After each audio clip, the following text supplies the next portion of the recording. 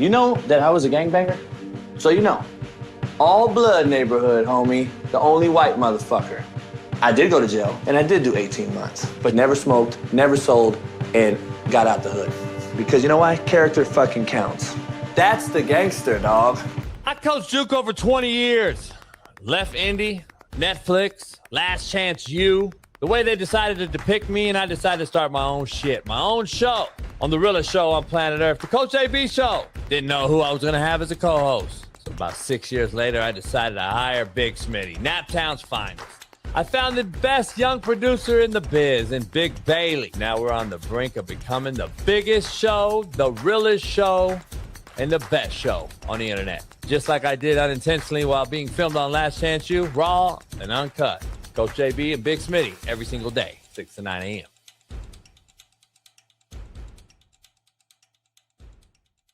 I'm kind of a fucking big deal, bro. What up, what up, what up? Sports Encyclopedia. Steve Kim. Got Trent in the cut. Coach JB. Yeah. Where you at, man? In the gym shooting, I'm Durant. You ain't shooting John Moran. No fucking stupid, we ain't losing. Grind like something to prove it. Came to conclusion that it's proven. Yeah, I'm proven with a reliable source straight from the mouth of the horse. Smitty and JB and Smitty from West Coast to your side. Worldwide, we in your city. Keep it 150. We never change what's happening. Hurdle and get it cracking. No capping, we never lack it. Light them up, you motherfuckers better be ready to play. I should have ducked his bitch ass in the face. Gay shit, homie, I'm so tired of these fucking gays playing football in my sport. How did Mina Kimes get there? Well, guess who her husband is? Why are you allowing this broad on your network that doesn't know shit? Do you know what a 3 technique is? No. Okay, but you know football and talk football, and it's okay. That's what why I can't talk to women in football. You fucking slap dicks, issues get pressed so past it don't get sacked like bags and baggage. Smitty and Jason Brown, killed it, yeah, it's a rap. We what the game's been missing, we switched it and filled the gap. Smitty and Jason Brown, we killed it, yeah, it's a rap. We what the game's been missing, we switched it and filled the gap. To put the fear of God in these motherfuckers.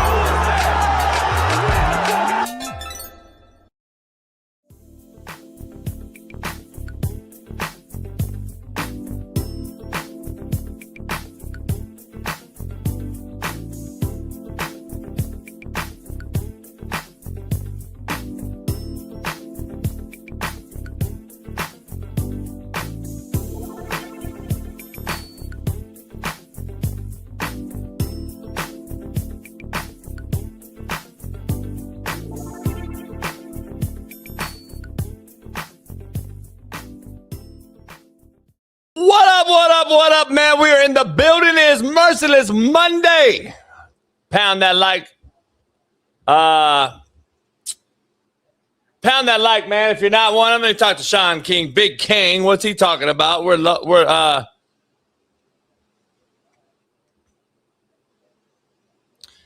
Big King will co-host today, tomorrow, and Wednesday with me until Smitty gets back from Italy, who we're about to tap that ass tomorrow in the World College Baseball Classic.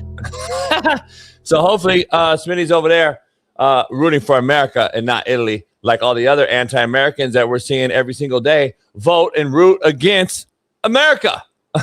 It blows my mind. We are live in the building on a Merciless Monday. America versus the world. Too bad we are fighting more anti-Americans inside America than we are abroad. But what do I know? I just want America to help Americans again. I noticed we are playing the Dominicans last night. A great team, by the way. Loaded lineup. And we have liberal anti-Americans rooting against our own team, rooting against our own country, but knowing damn well they would never step foot outside of these walls and would never do or say any of that shit over there.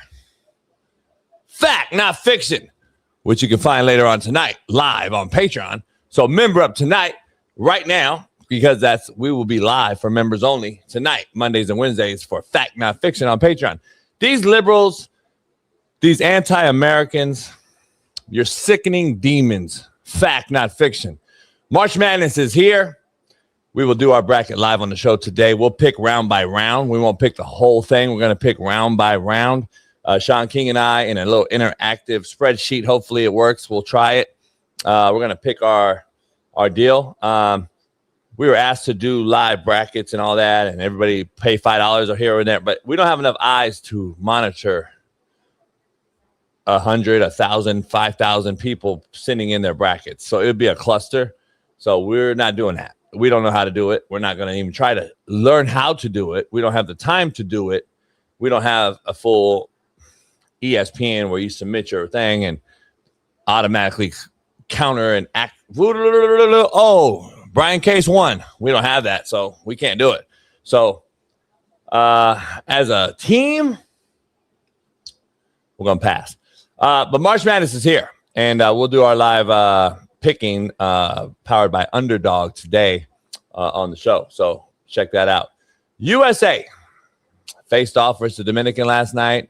The Dominican Republic in the knockout round of the World Classic and held them off 2-1 with a questionable called strike to end it. Everybody's up in all right now. They're uproar about the called strike to end the game. Why not have auto balls and strikes like the Major League Baseball is putting in and implementing this year where they can go and review it? Don't ask me. I don't know. I don't know that much about that. So I could care less either. All I care about is America. Let's see if America beats whoever, Venezuela or Italy tomorrow. I mean, we already took Venezuela out. Anyway, the 4 1 seeds in this March Madness tournament are Florida, Michigan, Arizona, and Duke. Which one has the easiest road to the finals? We'll break it down with Shaun King here in a little bit.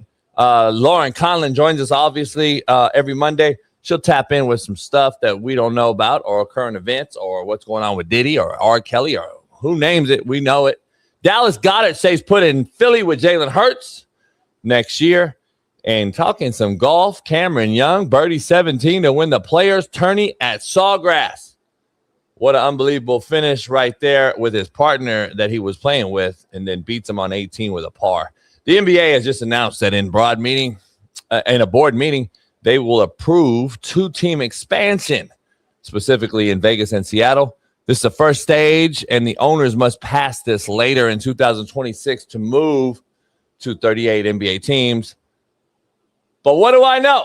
What I do know is we are here on a Merciless Monday. So pound the like button, man. Subscribe, become a member. Shaun King will join us here soon, and Lauren Conlin as well.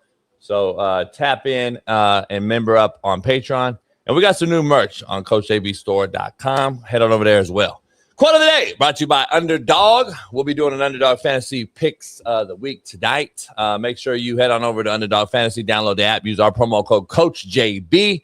Get you $75 on a $5 deposit today. Your life is an occasion. Now rise to it. Quote of the day. Woo, that's fire, by the way. Your life is an occasion. Now rise to it. Stop being busy. Contrary to belief, powered by Underdog. Make sure you pound that like button. Get us 1,000 likes right out the gate. We should have 1,000 likes in the first hour of the show every single day. A lot of you being lazy. A lot of you being lazy as I light my stick, sip my yak, put a little tequila in the coffee, wakes you up. Contrary to belief, timing has a way of revealing who was right all along. Contrary to belief. Timing has a way of revealing who was right all along. Like JB said, he's right about every quarterback that's ever walked the earth. Timing has revealed it. I've been right about Patrick Mahomes. Troy Aikman will talk about it in a little while. I've been right about all the overhyped, overrated, overpaid, under-delivering quarterbacks. I've been right about Sam Darnold, Danny Dimes. I've been right about so many. The crybaby Fernando Mendoza, you'll see I'll be right. Only time will tell that I'm right again.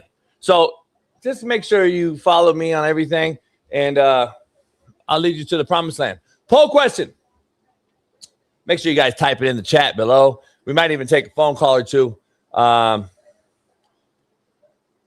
Maybe we will, Bailey. Start the show off. Members only. Only members can call in, and I'll ask them the poll question, and everybody else can chime in. We'll do it like that. So for the first 2 minutes or so, we'll put a poll question in. We're going to put the poll question in, but we'll take a few calls. We'll take a few calls. Members only. If you're not a member, don't call because you won't get in. So the link is right there. Chap in. We'll do a poll question live with a couple people. Brian Case, I know, is a hooper, hoop head. Lisa, member up. You can call in. See you next Tuesday. You know what the acronym is for see you next Tuesday, Laura? Or Linda, whatever. But we'll take a few callers. Let's get it cracking. Cypher, a member, Bailey. He ain't got no picture. Keith, where you at? Call in. Or wobble body ass.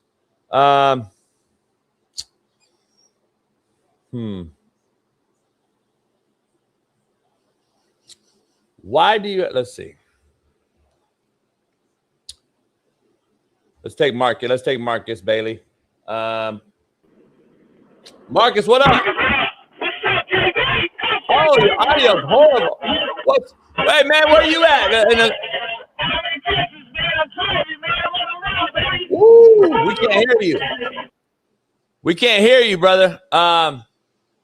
Let's see. Man, I appreciate him being hyped, though. But his volume was ridiculous. Rashad Payne, let's see. Rashad, what up, JB? What up, big what up, dog? baby? You know we here in Tampa with it, baby. What's good? Good. Hey, poll question real quick. Give me your number. Which number one seed is most likely to get upset early? Is it Duke, Michigan, Arizona? Who you like getting upset early as the number one seed? I did my bracket last night, bro. I think Arizona gonna get dropped off, to be honest with you, man. I don't think they could beat Michigan or Duke, to be real. So I think out of all the number one seeds, I feel like Arizona, I feel like they. And I feel like also, too, Houston. I feel like Houston going to get knocked out early, too. So Really? Yeah, I feel like Houston get knocked out early. I think Houston's offense better than they were last year on a final team. I think their defense is not as good. So I don't know. We'll see. Yeah, and I think they only got two guards that can really make it happen by themselves, you know. So Yeah. I appreciate you, brother. Yeah, for sure, brother. Much love. All right, brother. Marcus, you back? I'm back. Coach, can you hear me? There we go. Hey, what number one seed going to get knocked out early? I'm thinking Duke? Florida. Oh, you got Florida losing early? Yeah, they losing, man. Hey, ain't like they that. did lose two in a row. They did lose two. They got waxed by Vandy in the SEC, but they dominated the SEC all year long, though. So I think they're just playing. They're getting kind of rested up. I think Florida's going to make a run. They probably do, but I got them getting knocked out. All right, bet. All right, appreciate you, brother. Yep, of course. Joe Cord, what up? What up, There Joe? he is. You hear me? Yeah, I can hear you. Hey, who's Outside, getting here's the weather center in Norman. Hey, so real quick, I got Duke losing. that clear? I think every one of these one seeds are going to do really well. I think all one seeds get in, but I think the one that might lose will probably be Duke. Duke. Yeah. All right, Joe. I think Michigan might make a run just because I don't know. They've been playing pretty well lately, but Arizona's on. I think it's Arizona. If Arizona could beat Arkansas in that one bracket, I think that they're golden. I think it's pretty weak up there. So All right, Joe. I look like shit. So I'm gonna get going back to You're work. blowing smoke out. You're blowing smoke. Oklahoma, It's cold everybody. Have a there. beautiful day. It's fucking cold in there. It's cold in Oklahoma, Joe. Joe, it's cold in there. It's cold in Oklahoma. Yeah, I It's can't hear you anymore, 99 JB. here. Just kill me. 99 here Just kill today. me. I'm done. You can barely. Oh, there we go. One more. What up? What up, Coach? What up, brother? Hey, who's gonna lose first? Who's gonna lose first? What number one seed? I'm gonna say Duke, man. They got a history, so I'm gonna go with Duke. Duke losing They got a first. history Damn. Yeah, they got history of losing in the first or second round. So I'm gonna just say with their star power, I don't know. I got Duke going first. Bet, man. Appreciate you, brother. Keep grinding, man. I see you working. Oh yeah, thank you, Coach. All right, brother. Seth, what up, man? Who's losing first? Yeah, hey, Duke. Duke about to fall. Fuck Duke. Hey, man. Shout out to all the workers out there grinding in America, man. Shout out to you, brother. Shout out to you. What are you doing, man? Still My mill? audio ain't What? working, man. I can't hear you. You can't hear me? What the fuck's going on with our microphone today, Bailey? You hear me? I can't hear shit, man. Fuck it. Hey, Duke's about to get beat. Arizona getting beat. Go Florida. Hey, much love. Peace, love, homie. I love it. I love it. All right, man, that's enough. Shout out, man. It's Work Boot Wednesday on a Monday. Shout out to all the workers out there, man. Love it. Grinding. See, white, black, it don't matter. They all grinding. That's what we do on the show, man. We bring America together. Shit. Keith, shut up. You don't even know what a basketball is, motherfucker. Your titties are basketballs. Let's dive into the show, man. We got a lot to discuss, a lot going on. I'm gonna Bailey on my break. I'll make Underdog and I'll send it to you. But let's dive into it, man. Number 1 seed most likely to lose, since I didn't say. I'm gonna go with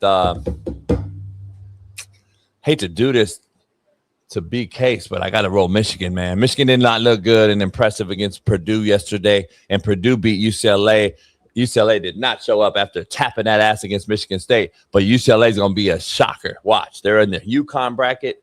Woo, watch. UCLA getting healthy. They're about to play better than you've seen all year. I'm not going to UCLA homer it and have them say they're going to win it all. No, but I think UCLA may win a game or two in the tournament, but they're in a tough bracket with UConn and them. So we're going to see. We'll dive into it later on, man, but what's going on? But let's dive into it, man. Pound the like button, man, and make sure you member up on Patreon tonight, as I'll be doing Fact Not Fiction mixed with a little bit of political playbook, obviously, every Monday and Wednesdays on Patreon only. There's a lot of gay shit going on in college baseball and college football, and I don't know what's going on, but what do I know? What do I know when I've been talking about this shit for how long now? How long do I have to keep discussing the fact that we got a lot of femininity in male sports? And everybody's up in arms. Jason Whitlock defended Ryan Clark Friday, and I had to break him down. Yes, Jason Whitlock, I saw your comment section on your show. Yeah, they all were with me. The bottom line is, Ryan Clark tried to say it's not right that Donald Trump in America used a football video with war. Shut the hell up. But you call yourself a gladiator and a warrior your whole career. Shut the fuck up. You motherfuckers hypocrites be killing me with that shit. Football and a warrior has been synonymous since I was a baby. Miss me with that bullshit. Kawhi Leonard talks about we're warriors and soldiers in basketball, but football can't. We've been doing football and warriors and soldiers and gladiator sport. And how many times have you heard those terms synonymous with war? Now all of a sudden, it's a problem. Shut the hell up, man. But Obama could pick a fucking March Madness bracket and you fucking nut on yourself, Ryan Clark. Shut your bitch ass up. I'm so tired of you fucking pussy ass motherfuckers, man. Keep it real. Let's keep it real. Shit. Let's keep it all the way real, homie, on the realest show on planet Earth. Stop with that BS. But over the weekend, wow, some shit went down, man. Oh my goodness. Baby, go ahead and show it, man. I gotta turn my virgin eyes, but what is going on in college baseball?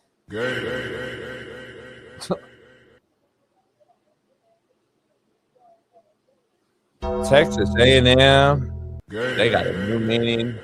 Now he grabbed his ass. They got a new meaning, man, for Texas A&M. I don't know what they're doing. So is he stretching his hamstrings or is he stretching his back? I don't know. I really don't want to know. But this is a viral video. And then, oh boy, with his head down over here, I don't know. And then what's going on here? What's going on here? What are we doing, homie? What's going on here?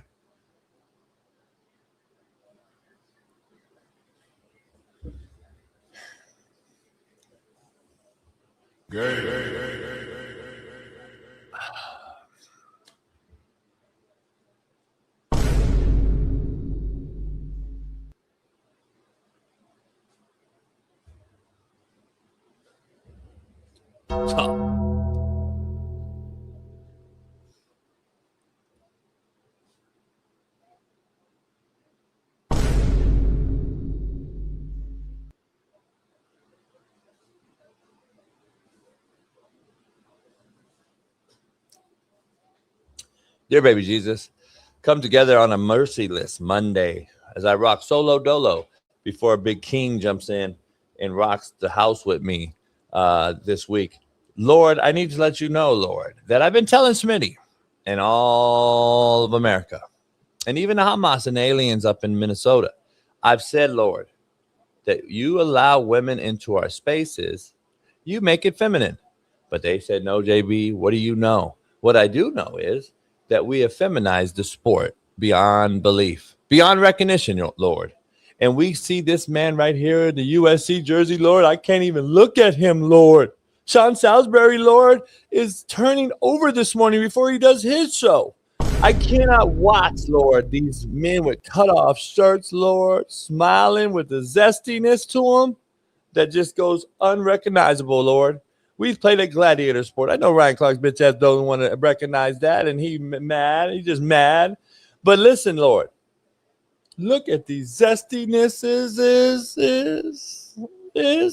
of this men's sport that we used to call football and basketball. Lord, what have we done? Please, Lord, just wipe us clean. Bring another flood. I don't care, Lord, but let's get this thing back to start square one. We got to start over, Lord. In your name, Jesus' name, we pray. Amen. Lord. Yeah. What is this? I couldn't recruit him. I got to be really honest. I couldn't recruit him. I couldn't recruit this guy either. Can't recruit him. I can't do it. Can't recruit these type of cats. These guys would be cut today. They'd be cut. The guy sitting down on his knees over here too. Nobody recognized. Cut him. Cut them all. This is what, by the way, our foreign counterparts want. It's all mental by design. Cloud seed us. Joe Court said doesn't exist. I had a broad on the yacht the other day, and all we saw was cloud seeding over and over and over. They were just doing zigzags, and just the temperature was beautiful, 85 degrees. It went to 76 degrees like this. It became a shitty day. It's starting to piss me off that we don't know what about cloud seeding. No one's addressed cloud seeding. Joe Court acts like it doesn't exist, and no Donald Trump. No governor, no mayor. Nobody's ever addressed why we do it. But I know this. I watched it live, and me and her were like, damn, it's crazy. The weather just changed, and we see why. But guess what? Is that why we've turned gay? Is this why we've turned gay? Has that shit dropped? Because what goes up must come down. So all that shit dropped on us, and then we become gay? Is this what they're doing to us? Is this Russia and China? Is this Venezuela? Who's doing this to us? And nobody's. Look at this shit. Lord, have mercy. Lord, have mercy on us all. I don't know what's going on, whether it's the McDonald's and the food that the CEO wouldn't even eat, whether it's the water, whether it's the shot they gave us a couple years back. You remember that shot? Whether it's I don't know, Lord. I don't know what it is. But, man, go back to shaming these cats. Go back to bullying these motherfuckers. We need to bring bullying back. Something needs to happen. Ain't no man supposed to be playing football looking like this, homie. Fact, not fiction. Ain't no man supposed to be looking like this playing a gladiator sport. Fuck. We're in a bad space, homie. I'm going to tell you right now. You can say what you want to say. We're in a bad space. God damn. This is fucking horrible. This is fucking horrible. By the way, I don't know if you watched, USC played in a snow baseball game against Northwestern. I mean, this shit right here. This shit right here might be the gayest picture I've ever seen. Bailey, is that AI or real? I think it's real.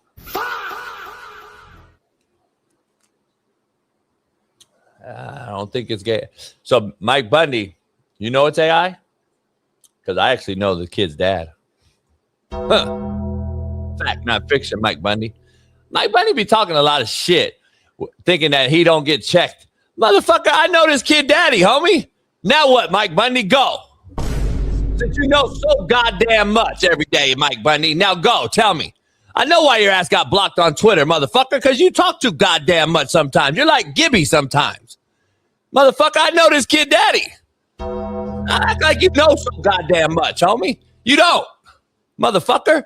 Now, the NBA will hold a vote at the Board of Governors meetings this coming up week to explore adding expansion teams exclusively in Las Vegas and Seattle, with the two franchises targeted for the 28-29 season. Sources tell ESPN there is momentum for stakeholders to approve surveying what industry executives project will be bids in the $7 to $10 billion range for each team. Remember, the Cowboys were just appraised at $10 billion, saying they're the most expensive franchise of all time, and that's been since surpassed by several teams, the Seattle Seahawks being one of them, in a matter of 3 months. So the price is just continuing to climb like this. The first vote will allow the league to explore purchase processes for Vegas and Seattle. There will be a potential final vote later in the year to finalize transactions to 32 teams. If bids reach necessary threshold in both voting rounds, 23 of 30 governors must vote in favor. Listen, Seattle's been wanting a team back since the Supersonics left. I missed the Sonics. That's when basketball was great. And Vegas is just going to be an absolute shithole. Because Vegas, by the way, is absolutely an atrocious sports town. Atrocious. In Long Beach all day yesterday, BZ 1709. You fucking bitch. So what? You going to pull up? I'm in Long Beach all the time, motherfucker. You got me fucked up. Long Beach is mine, motherfucker, not yours. Don't get it twisted. And that ain't even my city. And it's my city when I'm there, motherfucker. So, Seattle needs a team, man, more than Vegas. I wish Vegas was not the other team. That's what I do know.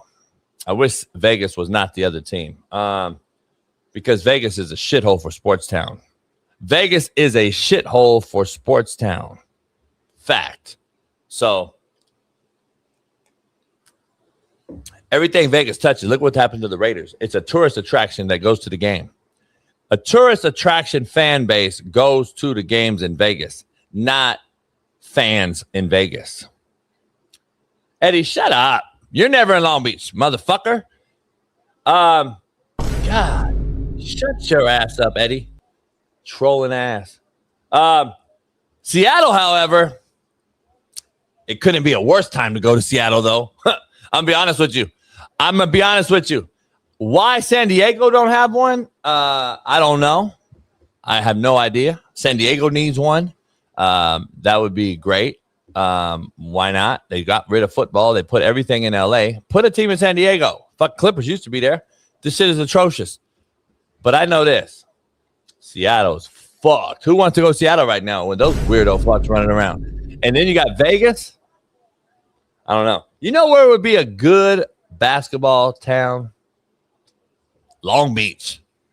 Nobody wants to talk about it. Long Beach. Long Beach, California would be a fire-ass basketball town.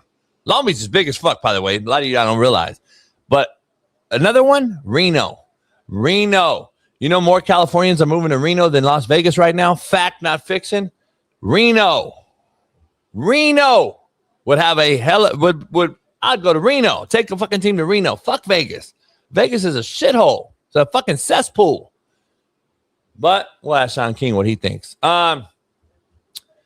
Seahawks GM John Schneider says Washington's new millionaire tax will sting player recruitment and roster building. What did I know? What do I know? Just said this shit on Friday. The law set to impose a 9.9 tax on earnings over $1 million starting in 2029 could make the state less competitive versus no income tax markets like Florida. This tax may play an effect on Seattle getting an NBA team as well. Speaking of the Supersonics. So that's why I mentioned shitholes like Reno, Long Beach, and other places. That's why I say it. I mean, I know Reno's shitty, Mike Bundy, but fuck. You really want to go to Vegas? Let's be honest. Only time you're going to Vegas is to gamble and chill. And then you watch the game because you're there. just like the hockey. The hockey team gets most of its crowd because guess what? The people are in town to watch it. I remember when they were playing the finals against the Florida Panthers a couple years ago.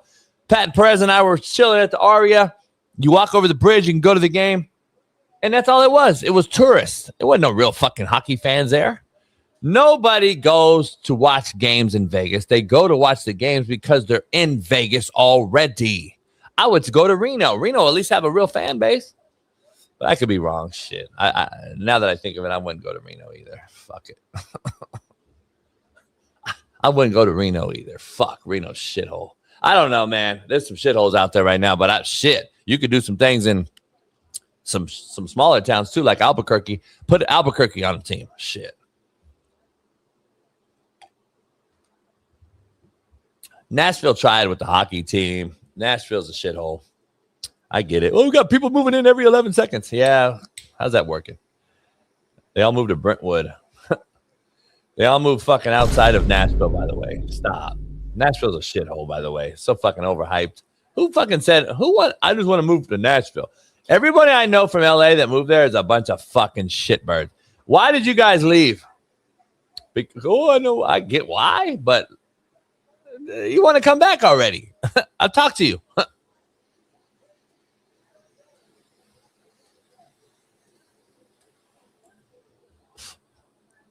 Everybody I know that's in Nashville from LA wants to come back.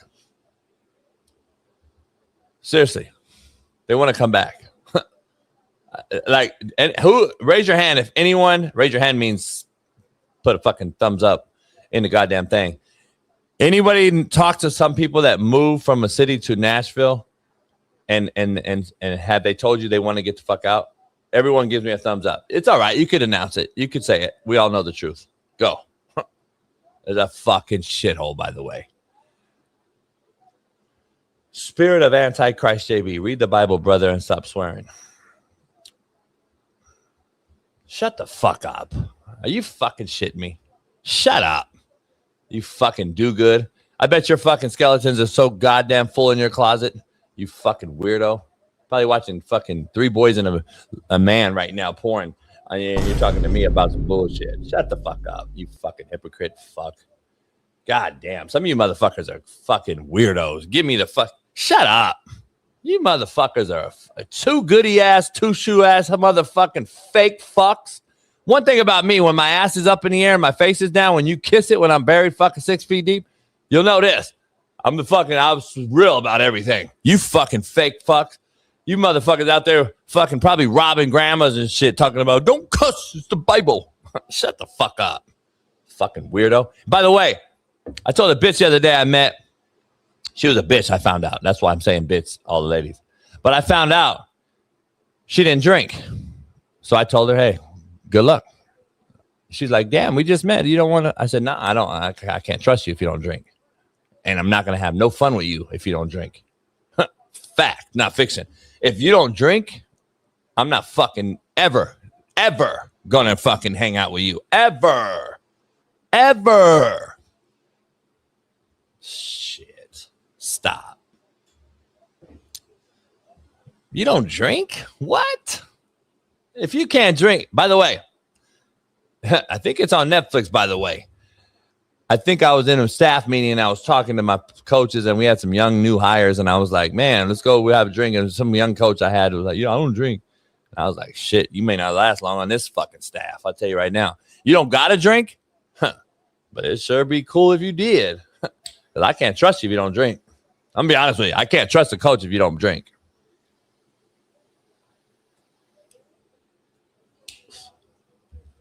I can't. Max Hash, you said L take? That's your generation, Max. You motherfuckers don't drink no more. Y'all do Molly and shit. Motherfuckers do fentanyl and shit. No wonder the fucking alcohol business is going under. Fucking Max Hess and them. Fuck. The greatest people in the world are drinkers. Don't get it twisted. The most fucked up ones are the weed heads. Don't get it twisted. Shit. God, your generation's pussy, man. Max, what the fuck happened to you weirdos? Holy shit. Have a drink, man. God damn. See, there's people out there.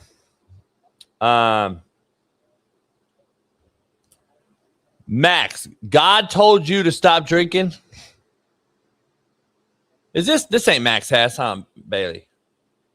No, it ain't. That ain't the real Max Hess. He's 202. Is he? I never knew a 202 after Max Hess's name. Max, God told you to stop drinking. Shut the fuck up, Max Hess. You gotta be shitting me, homie. D Jones, that's Max? Fuck. I'm ashamed for my boy Max. God damn it. I lost fucking credibility. He lost credibility with me today. God damn. This is a fucking shame. Are you shitting me? What's going on in America? What the fuck are we doing, homie? You got to be shitting me. Who in here said go to the Bible or whatever? Do you know that God drank wine every day, you fucking idiot? You know Jesus' blood was the one.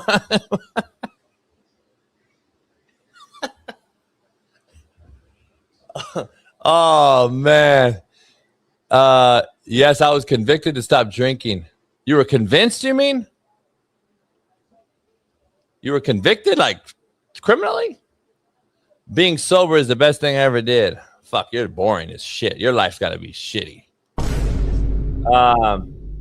Fuck. There's no way. I would be miserable if I can't drink. Are you fucking shitting me?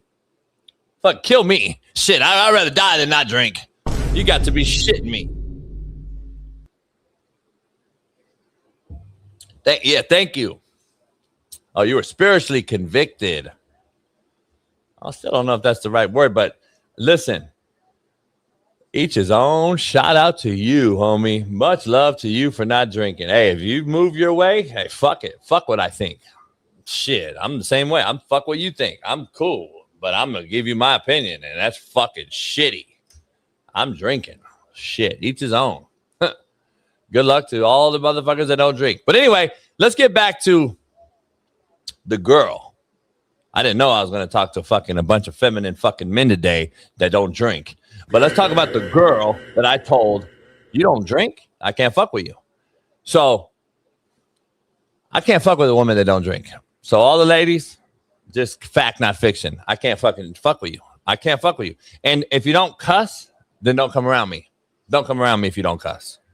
You know what I'm realizing, homie? That a lot of you in this chat are soft as fuck. Holy shit, the generations have changed. I love everyone. I love everybody, but god damn, what the fuck has happened? and the soft pussies that like this guy that is like win Max. He won Max.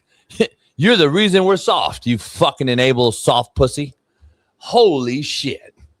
No wonder the fucking alcohol business is fucking down. You fucking pussies. Holy shit. Let me ask something. While we're off schedule real quick. But you'll say that you're smarter than us, right? We got more degrees. Fact. Your fucking Google degree means diddly shit. How are you smarter than us? Can we talk about it real quick? How is your generation smarter than mine? Go. I'm going to wait. Go. Put the clock up, Bailey. Put a fucking 30-second clock or something. I got to hear this. I want to know why your generation's smarter than us. I haven't seen one yet. Go. Degrees are not shit besides medical. Okay, go. That's not me. Adderall and weed. Go. JB got 6 master's degrees. Go. Degree side of it. JB falling off for all traps. Go. Gen X is the best. Go. Educated and smart aren't the same. Fact. We way smarter. We way smarter. Who learned you to spoke, motherfucker? But we way smarter. God damn. Anyway, your generation is smarter. Let me ask this. Bailey, they're smarter, but they don't know the difference between a man and a woman. What the fuck? But y'all smarter than us. But you don't know what a dick is versus a vagina. but you're smarter than us.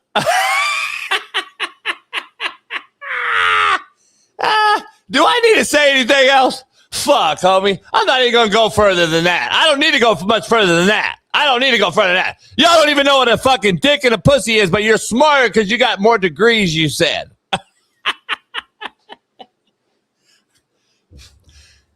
Hey, can you come change my oil? What's that? Let me get on ChatGTP. Hey, can you change the brakes on the side of the road if they go out? What's that? I got to call Uber.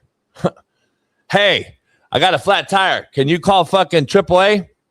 You ain't done a fucking thing yourself. You can't do shit yourself, but you smarter than us. By the way, do you know who's trending upwards to being one of the richest professions in the world right now? And it's a trade, by the way. Plumbers. Plumbers are making as much money as these fucking YouTube streamers. You know they're making 6-7 figures right now? All-time high. Plumbers. Fact. Go check it out. Plumbers are on the high rise right now. Fuck a degree. I got a bunch of them. It don't mean shit. But your fucking 20 degrees ain't as smart as my fucking left pinky finger, you dumb motherfucking enabled pussies. You fuckers couldn't change oil, a fucking brake. You couldn't fucking jack a car up, a little less loosen the lug nuts, but you're smarter than me. Get the fuck out of here. You don't even know what the fucking boys now you're supposed to play girls in sports, you weirdo fucks. But you're smarter than us. You smoke weed from a fucking vape pen. You wonder why you're retarded. You fucking shit me? That's really pineapple watermelon weed. I smoke it every day. It's tasty as fuck. No shit, because it's chemicals, you fucking idiot. Jesus Christ, some of you are dumb as fuck. I think you're the dumbest fucks I've ever seen in my entire life. But anyway, man, we got a load of show. We got a special 3-day co-host extraordinaire who's going to co-host with us as I've rocked through this first 45 minutes, rocking the house. Shout out. We got 2100 on a Monday already. Our new co-host extraordinaire, Super Bowl champ, Tulane legend. Bring him in the right way, Bailey. Shaun King.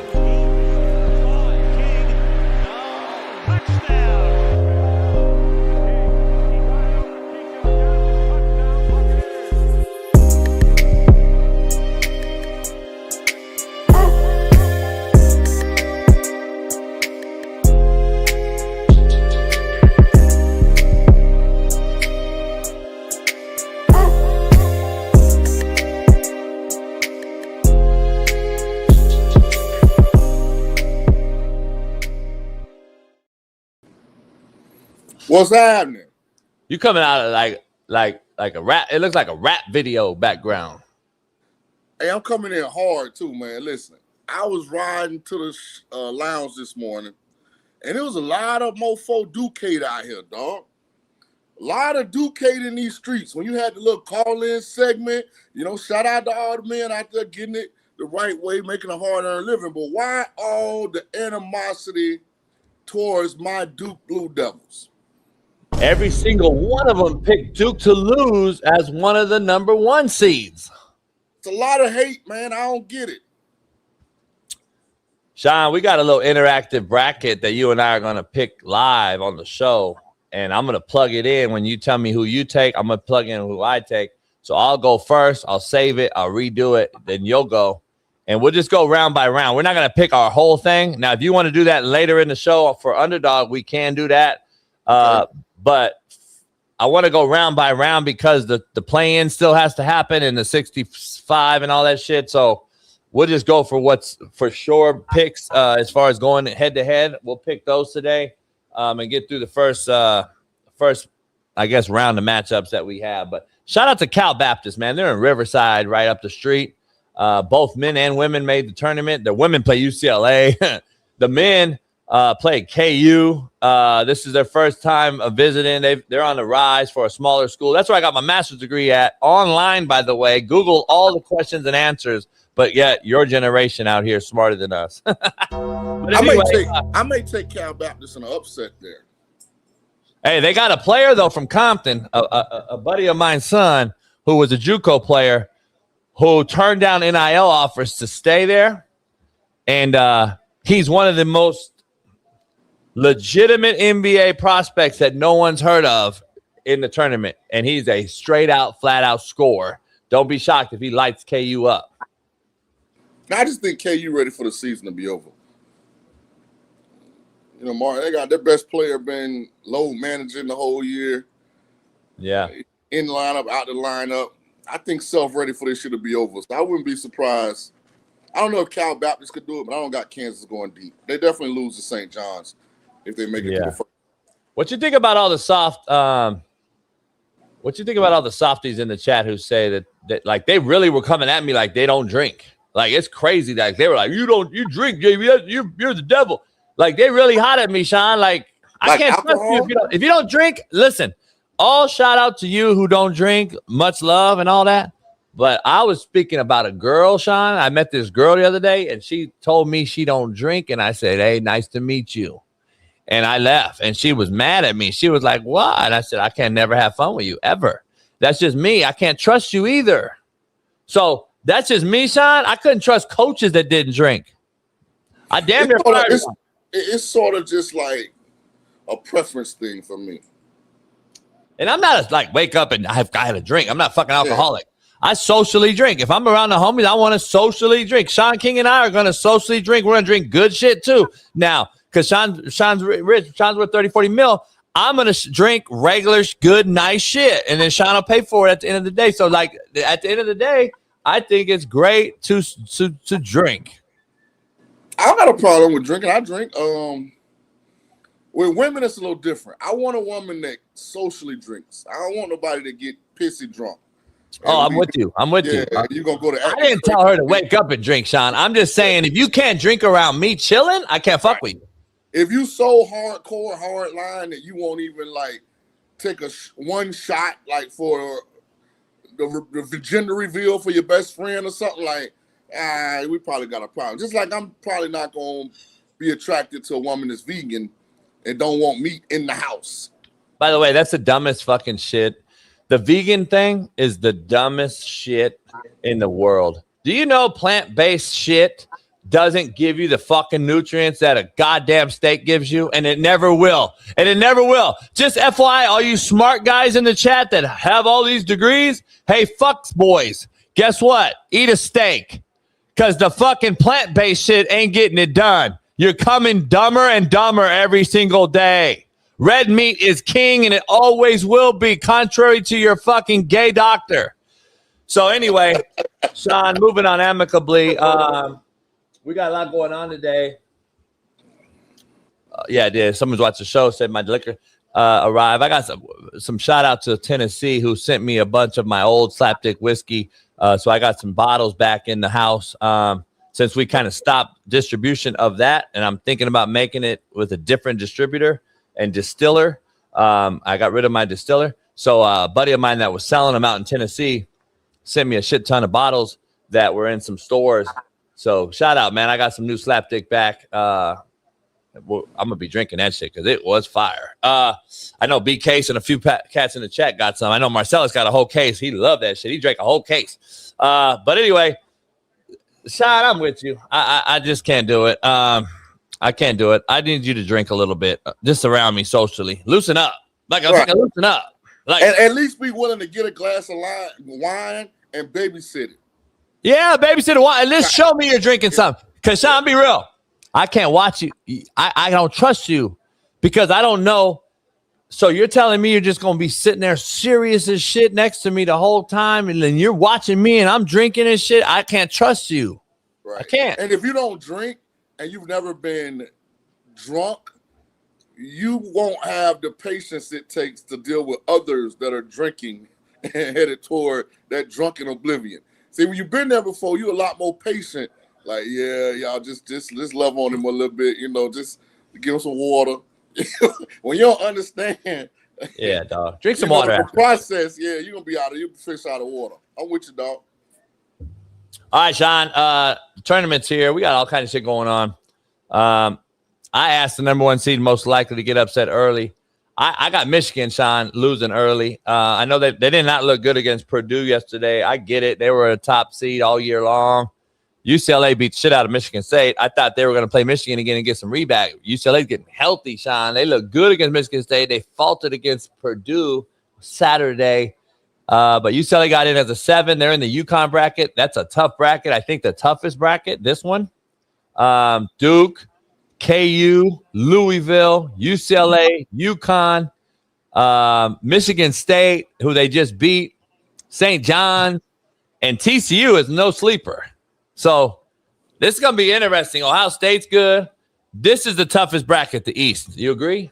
So I'll be better prepared for this tomorrow. I had to travel day from hell. Oh, yeah, you're good. We're not doing nothing major. I left Tampa at 5 p.m. Think about this, which is, what, 2 p.m. on the West Coast. Oh, you left at 5 p.m. there? Yes, 5 p.m. there. I got to Vegas at 1:56 in the fucking morning. Why? Man, we went, this American ragged-ass fucking airline. We went Tampa to Phoenix and proceeded to sit in Phoenix for like 5 hours. Shit, I would have drove. You could have drove to Vegas from Phoenix and got there sooner. Here's the thing, they don't tell you. They say it's only delayed 30 minutes. Then it's Wait, you were on the plane the whole time? No, in the airport, in the terminal, sitting at the gate. It was supposed to leave in 30. Then it was 45 after that. Then it was an hour. Then they moved us to a different gate.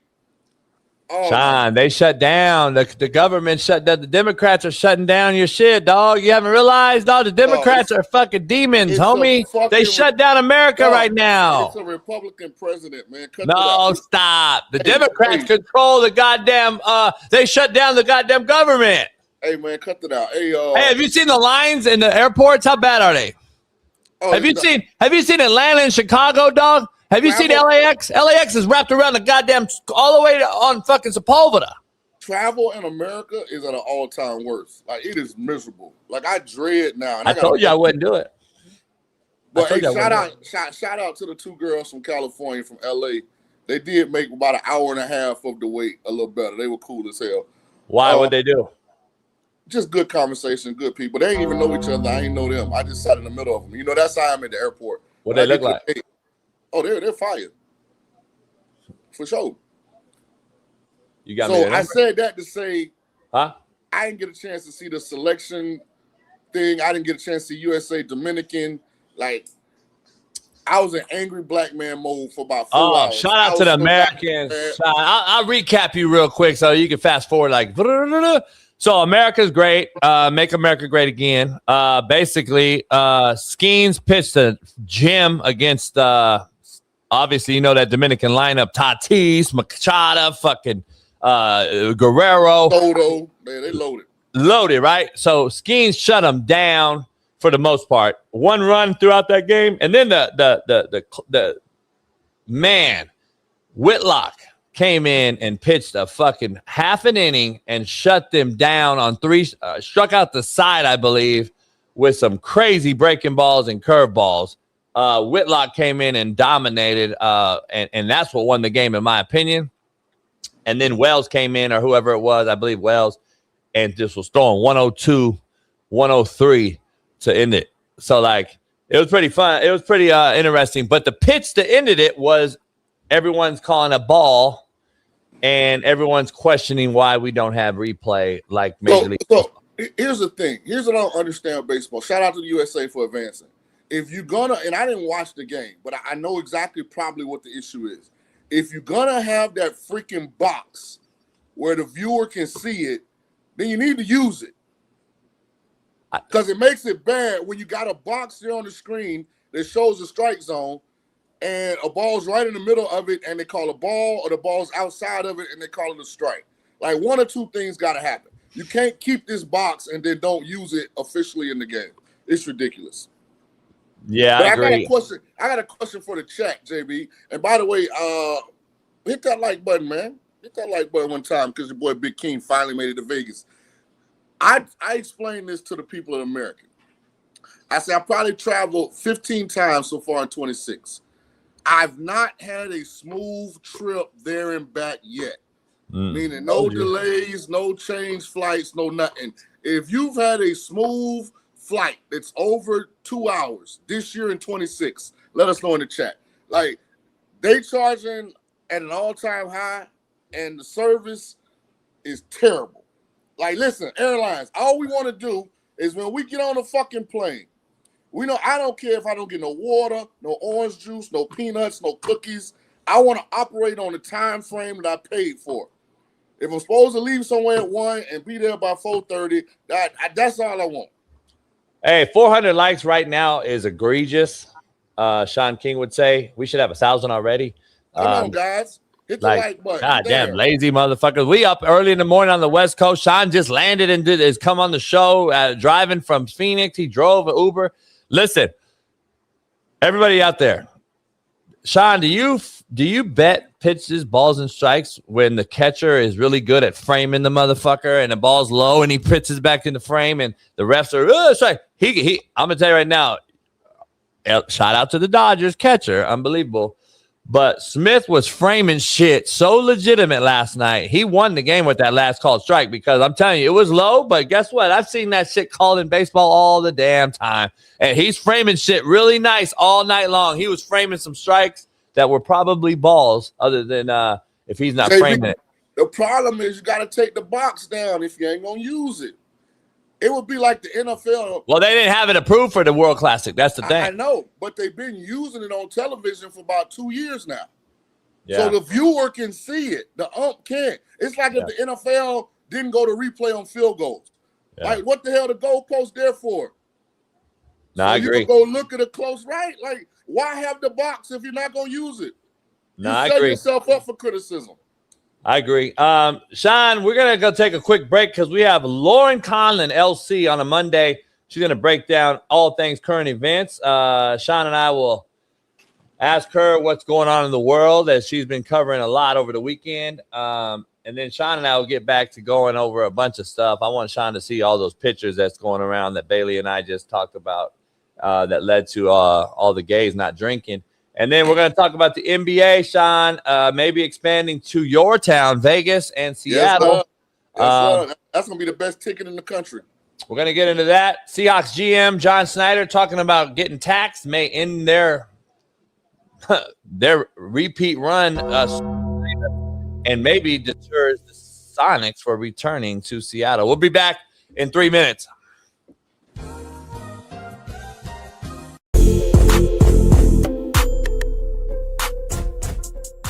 Hey, well, fuck it. I'll go home tonight. I'll drink my yak and smoke my stick, and I'll get it back cracking. Ryan Clark responds to the latest White House post. Disgusting and despicable.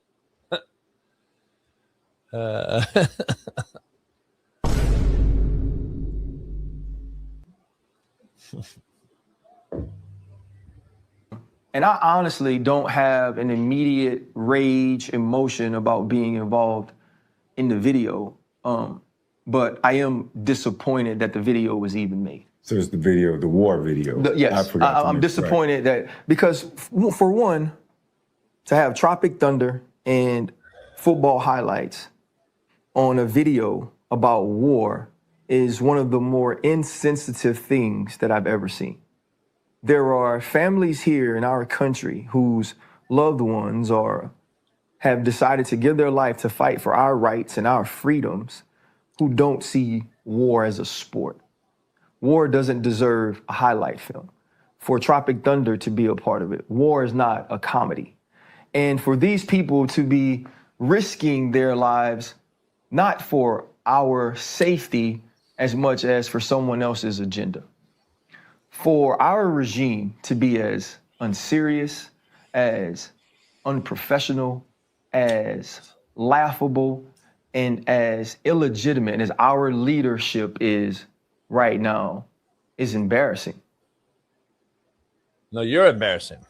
We've been doing this for fucking 40 years. We've shown football and war to be the same, synonymous.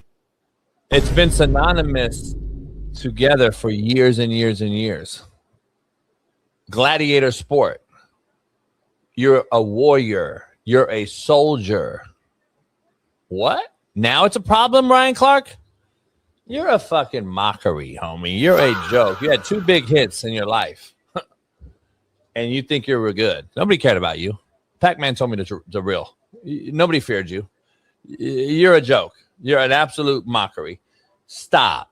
Everything is about race. When you come on your show, though, and say, keep politics out of sports, just a few years ago, Ryan Clark, all of a sudden now, all you want to do is talk politics. But it's okay when you want to do it, but tell everybody else, keep it out. Shut the fuck up. Mike Bundy. I wouldn't never pray to have a career like Ryan Clark. He played safety, D. Jones. I played quarterback. Fucking moron. Number 1. Number 2.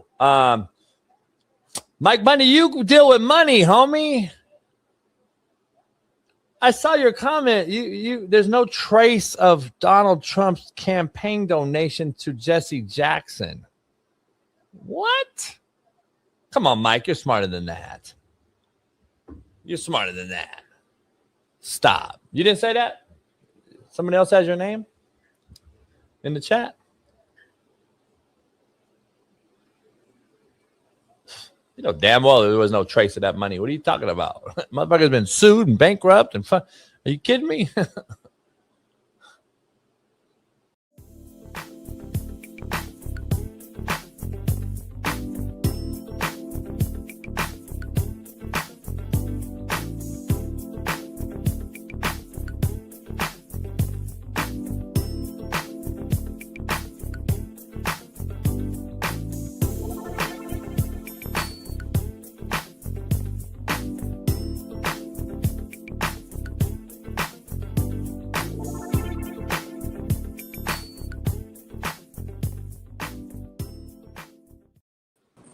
Yeah, we're back, man, on a Monday, Merciless Monday. We have the great reporter, journalist extraordinaire.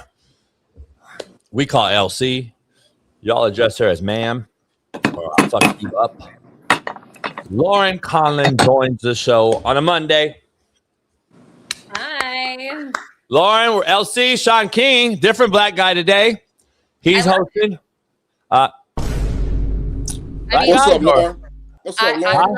I love everybody. I love Shaun. I love Smitty. You guys know, how I work. I love Me you more all. though, right? Me more, most. I mean, you and I feel like we have a special bond because we met first, and we had all of the initial conversation. So yeah, Yes. I think All we're that special. stuff we do on the side. Yeah, they don't need to know. Yep. Yes. All right. So let's dive into the show. We got a lot going on. All right. So Shaun King's here co-hosting. Smitty's in Italy somewhere. I don't know. Lucky. Whatever he's doing. I think his wife's birthday. I think he took her to Italy. His Instagram post. It looks like Shout they're out to having Smitty. so much fun. Yeah, shout out to Smitty over there with the Hamas. So we're gonna dive into a lot going on. I'm gonna let you lead because I don't know what's going on in the world. I do know this, 2 things. So one of my personal lawyers, have been working on and with R. Kelly. So they're on. Yeah, Ridley? they're under that staff. Yeah. He took like days to get back to me. Like, I was very annoyed by You the way. should tell me because my girl, one of my good friends, she's there working on it, and they've been trying to do a lot. I'm gonna get her on the show too. They're trying to do a lot to get him out actually on some stipulations. Kelly? Yeah, some weird stipulations. I'll tell you privately. That trial was 100% fair. I get it. But there's some things that we don't know about. I'll tell you privately. You're gonna trip. But fair. Be that as may, he got put into like solitary confinement, right? Yeah. Well, And then what? So technically it's not, they don't want to call it solitary. They want to call it the SHU, Special Housing Unit, but there is some form of isolation.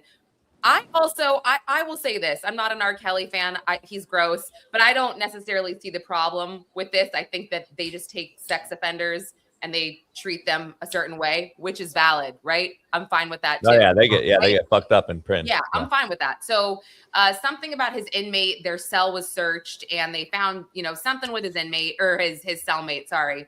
And with R. Kelly, he had like a notebook and there was a former warden's cell phone number on it. And they're like, what the fuck is this? What are you doing? And I guess it's against policy to have former staff members contact information, but the whole thing was this staff member helped him with some kind of program that he was recently in.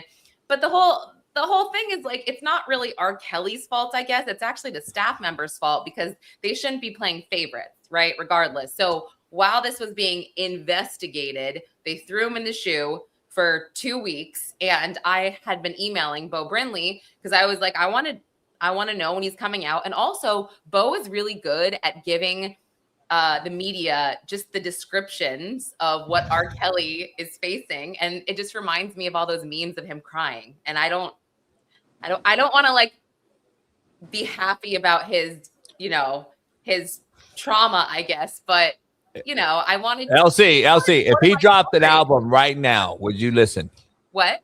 If he dropped an album right now, would you buy it? Yes or no? Go. So, that's the sad part. Thank you. No, my kids the other day were asking to play. Like, I don't know where they heard the song, but they're like, can we play the song I Believe I Can Fly on the Alexa? And I was like, yeah, sure, I guess. But like, how do you know this song? They heard it at camp. And then I showed them like part of the Gayle King interview with R. Kelly where he stands up and he's like, y'all not listening to me. Like, it was so good. And my kids were like, oh, he's like a grown man crying. I'm like, yeah, guys, That's Shaun's favorite song, by the way. I Wish You Could Fly. First of all, you got to be careful with the kids listening to R. Kelly, because I Believe I Can Fly can turn into Your Body's Calling, which can turn into 12 play. Like that. Yeah, you're right. His material is not really kid-centric, let's say. As to the phone number, he got to be the dumbest inmate in the world. If he can remember a song he wrote from the 80s, he can remember 10 numbers and commit that to memory. Why are you writing it down, R. Kelly? That's like stupid, dumb, and Wait, ridiculous. Shaun brings up a great point that I didn't even think of. That's such a good point. Yeah, like you got the hookup. Now you can get everybody, We're hustlers, Lauren. Like right. we were formerly like criminals, you know what I mean? So we did a lot of things by memorization. Plus we play quarterback. So have you ever heard a play call? No. Play call? Shaun, you want to give her a play call? Blast, Y bunch right, F kind of motion, 72 crisscross, Y swing, X out. Hey, listen, we get anything strong on 98 bunch crunch. If I think I'm gonna get that weak jam thing, I'm gonna go 200 jet smoke. Hey, hard two. Ready? That's one play call. Let's get to the one play call. Rock and roll. Sorry, I still didn't understand what it was though. Exactly. That was me talking to the huddle, telling them what this next play is gonna be. Oh, okay. Got it. He just gave a whole play call. I can remember the warden 10 numbers to his phone number. Okay, so you're saying basically this should all be in his head, like no problem. He like what that way how you can't get nobody in trouble. Yeah. You go to Lauren, what's your social? Go. My sorry. I don't know why my head went to my social security. I'm like, what are you trying to say? That's what you're saying. Yeah, think about it though. You spit your social out right now, right? So yes. How many numbers is that? I don't. Why am I doing this? My socials are across the bottom. It's 9. So he couldn't remember one more letter or word? Oh, you're saying, yeah. I guess, you know what? I'm going to blame Monday on my dumbassness. Lauren, I'm going to need you to take some, what's that called? Ganoco and Ganoble or what's that shit? That Genoble or whatever that thing is? What's that brain pill? This is my first coffee and usually Genopo? I don't know. But anyway, Shaun's already had his third, so we're on the West Coast. Lauren, we're kind of disappointed, Lauren. You're on the East Coast 3-hour jump start, and you've only had one cup. This is my third. I already worked out. I brought my kids to school. I've already written a story. I don't know what the hell my excuse is right now. Jinko Janoglo or whatever that shit is. What is it? Jinko? I don't know. No, you're making stuff up now. Now it's weird. Yeah. Okay, I got a question right quick regarding the R. Kelly thing, Lauren. And maybe you know the answer, maybe you don't. R. Kelly deserved to go to jail. That's without question. Why were none of the parents that were okay with their underage kid being in R. Kelly's presence and engaging in those acts not prosecuted? So I think for that, I think it was under the guise of them being on his record label. I don't think it was like the whole, you have permission to take my child and do whatever you want. I think it was like they're spending time together thinking that they're going to work together and their kid is going to be a star. I mean, this is why I think at this point, you know, you hear, and by the way, we haven't heard anything more about the Diddy civil suits where some of the parents and the now grown children were alleging the same thing. I'm not saying it did or didn't happen. I don't know. I wasn't there, but this is pretty common where it's like now looking back, all of these people and all these parents are like, oh, okay, we're going to file a civil suit now because I think something happened that wasn't great, that shouldn't have happened. But like, I don't know. I mean, did you guys hear Suge when Suge was talking about the egg test? Like all these things where I'm like, I don't know what to believe. You know, Suge can be full of shit or he can be accurate. But he was saying that like with Diddy, they would do something called the egg test with these male artists. And if they were ready or not to be signed to the label, they had to like literally shove an egg up their ass. And if it broke, they weren't ready to be signed. You being serious? Like, yeah, that's true. I didn't say it, but like, I don't know if that's, he said this actually on Chris Cuomo, I think. So why would you say that? Like, why? I don't know if that's true. Lauren, that's why they started to get all the baby oil. It was a lube. But anyway. Well, no, Jason, you know what the worst thing about this? They actually said that the baby oil, I think you remember this, it violated like the Interstate Commerce Act, which is like, it was manufactured in New Jersey. He was transporting it across state lines, Miami, California, for these commercial sex acts, which he was acquitted on. I mean, it's so mental. It's so mental. I could not wrap my head around some of the baby oil stuff. I mean, crazy. But well, it's crazy. Before we dive into some little sports, we want to ask you, what's going on? You covering Diddy as well. Obviously, R. Kelly, Diddy. What's the latest on Diddy again? Yeah, so his team just filed pretty much what I think is going to be their last filing in his appeal. I think it's about 70 pages. They keep revising this. They have oral arguments on April 9th, but basically they're appealing his sentence and his conviction, saying that essentially, and I guess in a general sense, they are saying that the government is trying to have a say on his consensual sexual private life. Because he was convicted on the Mann Act statutes, which they say are completely different. He never engaged in actual sex with these escorts. You know, his girlfriends did, and this is all consensual. So why is he being, why is he in jail or, prison, serving a crazy sentence, a 50-month sentence for something that, he was acquitted on, essentially. So, yeah, I mean, it's interesting, I think. But I also think that the judge, when I was there, he said, these are special circumstances. Like, we watched you basically beat the shit out of this person. I know that you were acquitted on this conduct. But again, I'm the judge. I have say on special circumstances here, and this is why you're getting this sentence. So, see, I call bullshit on Diddy, and I'm not a Diddy fan. Yeah, and like you just mentioned, if they'd have convicted him for beating up Cassie, what that video showed, I mean, that was egregious. I get it, but what they actually sent him to jail for, that's a slippery slope, JB. Yeah, I think Lauren's alluded to that as well. Lauren's kind of been on that side of it as well. Yeah, I was just confused. I'm kind of like, well, if you're convicted on this, fine. He deserves to be convicted of something, right? I mean, this type of conduct that he's engaged in for years and years and years. I mean, he's lucky that the jury had common sense to sort of see, okay, this is tough. However, that what you saw with Cassie, they were trying to say, the government was trying to say that was coercion, that he beat her in order to stay in that hotel room to engage in this freak off.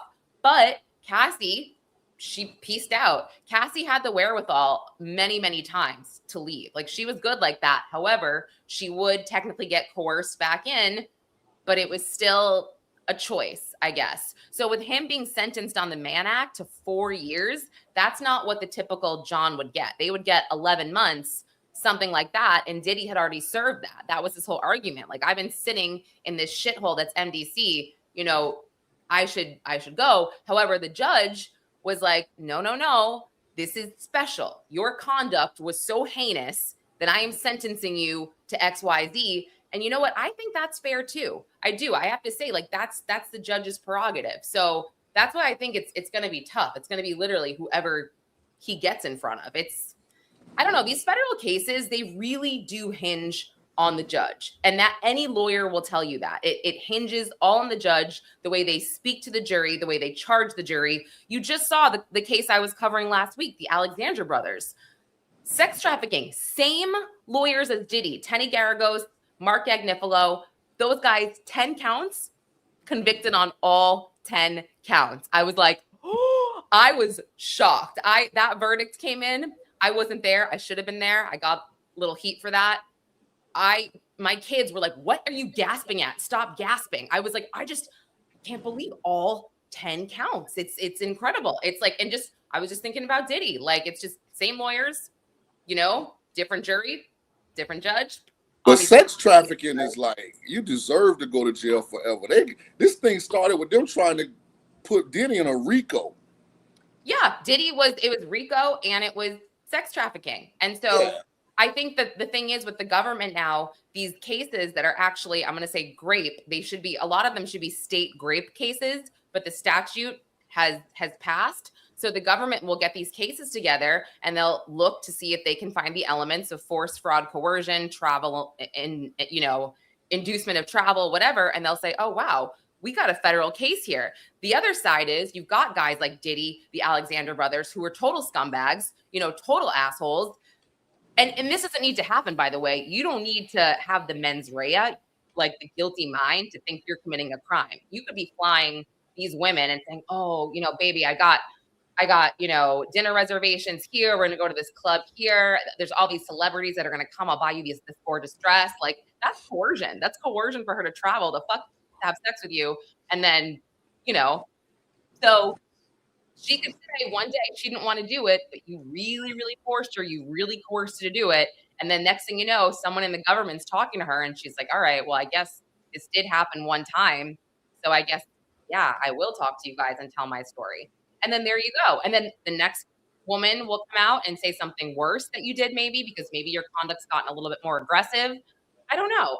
But this is what the government is doing now. And so again, I think that all men should be very careful in this type of behavior. The Alexander brothers, that's different. Yeah, completely different. These are bad guys from what. So Cassie wasn't pimping. I mean, old girl wasn't pimping because the models or the sex whatever they would say the chicks was calling them. I just be worried because like a lot of people don't like me and JB.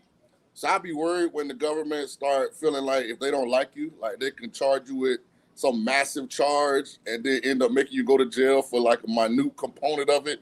There's really some bullshit. That's my thing. And Diddy is a complete weirdo. I wouldn't go to one of his parties. I don't want to smoke a cigar with the dude. But I feel like he pissed off the wrong person. And they said, we're going to make a point out of your ass, goddamn it. Regardless of how terrible of a human being he's been, for what you agree or disagree with that, JB? And I feel like that's a slippery slope, man. Yeah. Lauren, talking some football real quick. Mm-hmm. I know you were talking about the David or whatever and all that going on. I saw your post. Moving to football, the Terrion Arnold thing kind of status quo. I know you dove into that. Then have you dove into Stephon Diggs? Yeah. Well, okay. So it's funny you'd say that. I think I'm going to go back for his pretrial hearing on April 1st. So I went to his arraignment and I think a lot of people were shocked at that. I think what they are, yes, I was there for that. And that courtroom, by the way, is like the smallest courtroom that I've ever been in. It is insane. But I think a lot of people thought that they were under the impression like, oh, he's going to quote, settle this and just give her some money, because that's all she's after. Well, this is a criminal case. You can't exactly just settle a criminal case with money. I mean, there's a lot of different components in there, and a judge ultimately has to decide if that's even going to be a thing. But I spoke to his defense attorney in detail after court, and his defense attorney, Mitchell Schuster, was like, no way are we going to settle? Because that would basically involve a guilty plea, and Stephon Diggs is 100% not guilty. So I was like, oh. And so he's like, yes, this needs to go to trial so the truth can come out. And I think if you read some of the initial arrest affidavit information, you may agree or maybe not, but I think he does have a good shot here without knowing all the facts. And the reason a pretrial hearing is so, I guess, important is that both sides will be able to see that. So, is this the chef? Is this the girl that was? The chef? Yeah, that's the chef. So basically, Nice what chef. I say, if you guys ever paid attention to the ASAP Rocky trial, a lot of us were really like, oh my God, I can't believe ASAP Rocky didn't take a plea deal. That's crazy. Like, he was facing a lot of time there. Well, they didn't take a plea because this was I think this was California, where you also get a pretrial hearing.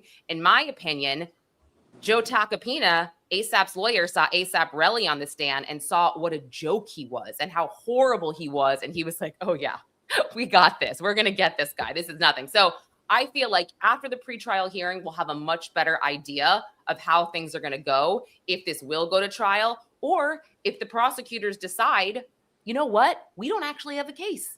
This is actually bullshit. So we'll see. That's April 1st. So I do. Hey, JB, you know the teaching point for Diggs? Diggs got like 35 kids all under the age of 2.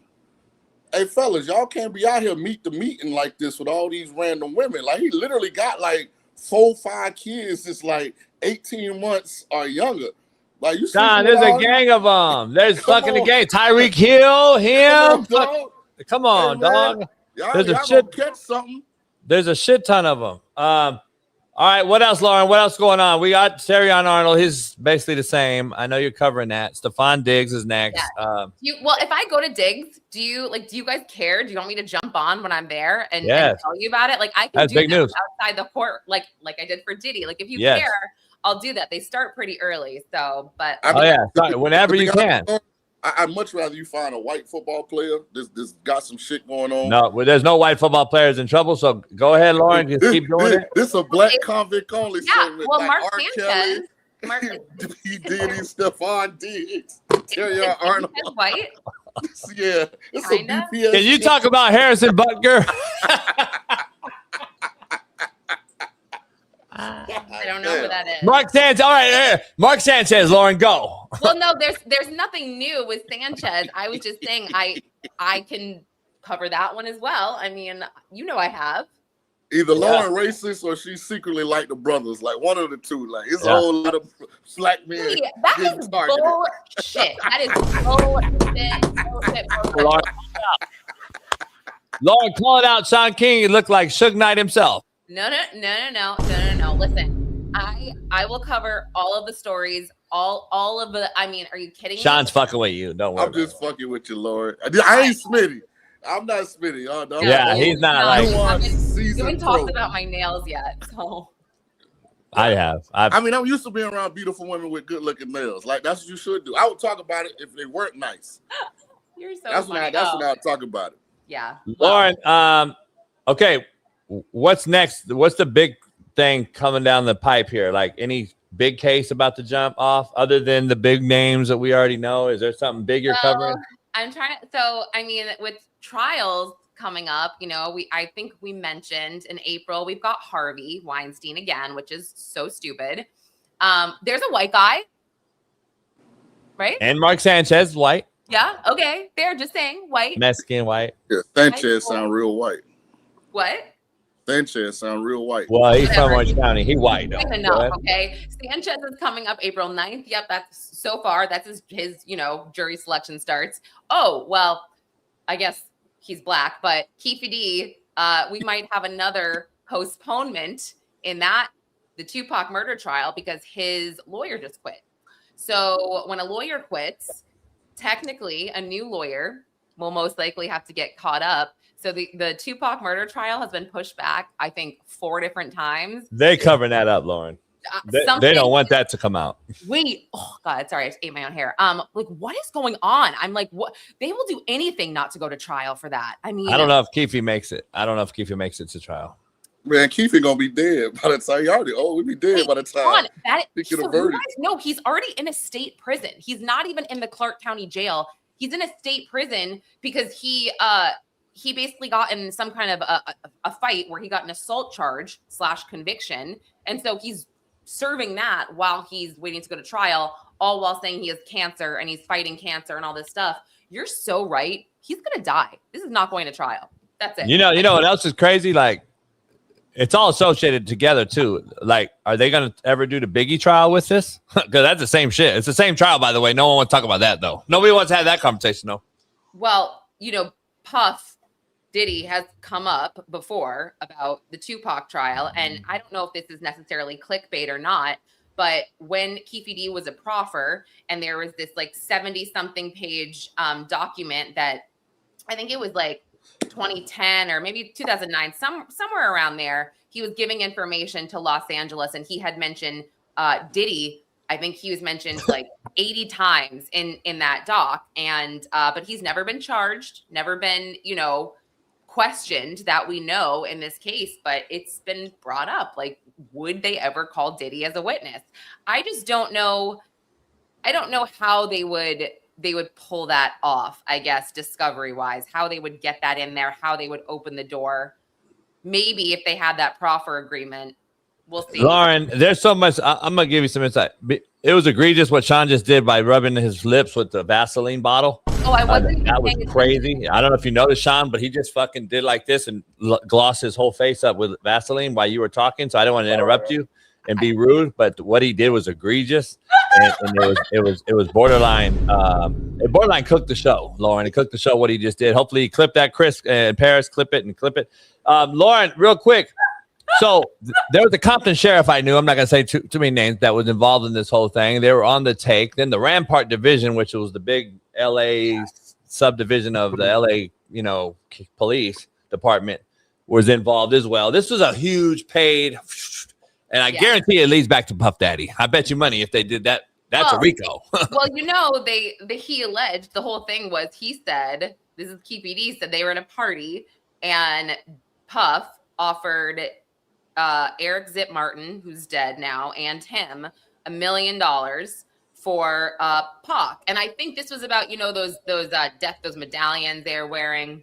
And I think when the fight broke out during the MGM, people give me shit for this. They're like, this bitch thinks she knows about, what was going on and like the West Coast, East Coast. Shut the fuck. I do know to a degree. And the medallions were a part of it. Like I understand fundamentally what was going on. And it wasn't just about the medallions, but this is what happened. Keefe D's nephew, Orlando Anderson, who actually pulled the trigger, also dead, by the way. And by the way, Keefe D allegedly gave him the gun.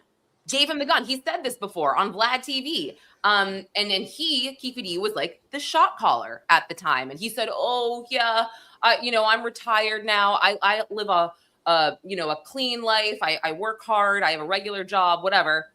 But this started because they all wanted those East Coast, West Coast medallions for, they'd say, bounty on one of those, 10 G's, 20 G's, whatever. So anyway, see, that's the Lauren I like. See, that's that cut in the carpool energy right there. The neck movement, the hands. Yeah. I like that.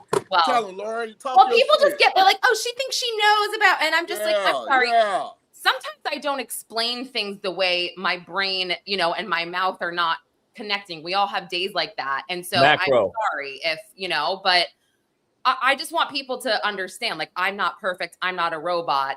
But if you want to tell me something to correct me, I am so receptive. Just why does everybody have to do it in such a rude way? Why do they?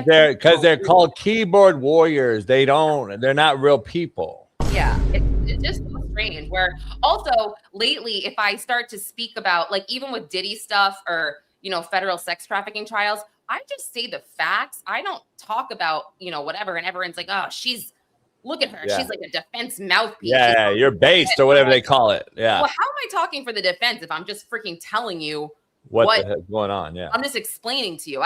You should be so lucky that you don't have someone that is so biased that you can't even understand what's going on because you only see one side of the argument or one side of the story. I mean, we have a constitution for a reason. So everybody sucks lately. I don't understand, but everybody but Lucy.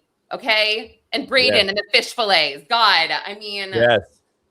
And this right here, Lisa Cox. She's probably a boy, but she uses Lisa Cox as her name. I don't know who she is. She's a nobody. She's a troll. They're called trolls or whatever. So there's a ton of them. You get them on Instagram, I know, and especially when we post you, of course, like a masculine show. Everywhere. You're gonna get crushed. So I don't know. The light like bounces off my 5 head the other day. Like, oh, the light that shines and bounces off your 5 head is incredible. I'm like, got it. Thank you so much. So I got a question I want to pose to both of you because you're both white. So I'm in Tampa at the Cigar Lounge. It's 3 of my homies, all black, and then one of my homies that's an attorney lives in one of them exclusive gated neighborhoods. He brought his white neighbor. They had just finished playing golf.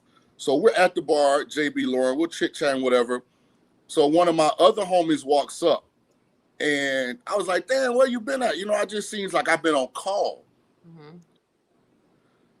at the hospital. The white guy then proceeds to say, we don't even know this white guy. This is the friend of my attorney. He goes, what are you, a nurse? Is that not the most racist fucking shit ever? By the way, the guy who just got there who's on call, he's an actual fucking internal medicine doctor. Yeah. Like, what is wrong with white men in America? Like, how did he think it was appropriate to ask this black man, are you a nurse? I want to meet him. I don't. That's cringy. I don't know. I don't know. I mean, there's nothing wrong. I want to meet him. Kudos to that guy. Shout out to that guy, whoever that is. Because see, Lauren, trying to hold a brother down. Lauren, you don't get the macro. See, Shaun thinks micro. If the Lauren, brother on call at the hospital, why does the white man automatically assume that the ceiling for his employment is nurse? Well, nurses are not on call. Nurses have shifts, right? Usually. Oh, that's how you took it. You took it as like we're holding you all down. Why wouldn't he assume he's a doctor? Oh, see, I took it another way. But wait, anyway, I don't get. What did you take it? How did you take it? Oh, I thought it was just like letting his nuts hang, like trying to be one of the homies. It's being funny. He was trying to be funny. He wasn't racist. He was being funny. Shout out to him because he was the responsible party for getting the brother on the golf course. So anyway, let's move on amicably. See, nobody wants to talk about that, Lauren. Nobody wants to talk about that, Lauren. The white guy's the one that got the brother on the golf course. You're wrong. The brother is the attorney. He's the member at Old Memorial. He took his neighbor. But you come play at this private course that costs $150 to join. Like, so it wasn't the other way around. What is wrong with you? Hey, my mom was a nurse her whole life. Then she became a doctor. So I know all about this whole thing. Whether you're a nurse practitioner, whether you're a nurse, they're on call, though. My mom used to on call back in the day. Oh, really? I always thought nurses had, like, my grandma was a nurse. She had shifts. Like, she would show up for her shift. And then now, she was on call all the time. Like, yeah, I know they work so many different hours. You can't go over a certain amount of hours because they work so goddamn much. Like Ruben right now. Ruben's a nurse right now. Ruben's a nurse. He does dialysis, but he's in essence, he's a nurse because he dresses like a nurse. Ruben's not a nurse. Ruben plugs in the machine and then unplugs the machine. That's not a nurse. I need to meet their racist white guy because I want to see I had to be there, Lauren, to like assess it. And then I could have addressed it properly because I don't know. He might have just been like trying to fit in. Sometimes you try to fit in too much and you don't really know the audience. So he might have been that guy. So Shaun, Shaun, after that, Shaun, how was it received? How was the reception? He roasted his ass for 30 minutes. There you go. So you indoctrinated him. You had a barbershop banter moment with the white guy.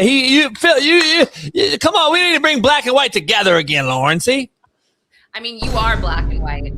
You're the best of both worlds. Hybrid. I don't know. See what I'm saying? Like Shaun, I don't get what Shaun's micro this morning. I'm European. No, the way you put that gloss on, homie, something else. Lauren, any news comes later, break it down. And you can call in. You're on call like a nurse. You can call in at any time and break news with us. Yes, and generally the breaking news happens for me like at 6 p.m. when I'm making dinner and helping my kids with homework. And you know, it was crazy last week, guys, when Rihanna, her home got shot up when she was actually home with ASAP. Yep, and her children. That was awful. This woman, can you guys imagine this? I mean, what's going on with her, by the way? Well, she's sitting in jail, and they postponed. I mean, she went for an arraignment. This woman, Ivana Ortiz, her public defender asked to push it back 2 weeks. My personal opinion is that she's getting medically evaluated. She seems nutty, very nutty. Yeah, I'll hit though. No excuses. Yeah, I mean, no. I feel like, what is that really worth it? Is it really worth it to you? If it's just a smash and pass. Okay, then the pass is what? The next day she's at your house. I passed it to Shaun. No, I passed it to Shaun. I passed it to Shaun. Like, I'm saying I passed it to Shaun to see if Shaun likes it. Nah, see, I don't take no leftovers, dog. I'm an original kind of guy. You know what I'm saying? And I like a little danger there. oh, so you would like maybe the AR-15 outside of your house? No, not like literally. Oh, Like, yeah, no. well, then what kind of danger are you speaking of? Like you separated, right? You home, your husband at work. I'm on the show, my people at home. So like us would be dangerous. Like in a like we have a moment. Oh, are we like, talking me and you now? keep it. No, just for context, for analogy. Yeah. No, for context, yeah. but we are, just to be clear, we're Right. talking me and you for context. Okay. Right. Just See, so that's go back. That's dangerous. See, like, yeah. Oh, okay. I'm not talking about like guns on the. No, we don't. No. Yes, I see what you're saying. No, I see what you're saying. I'm confused a little bit.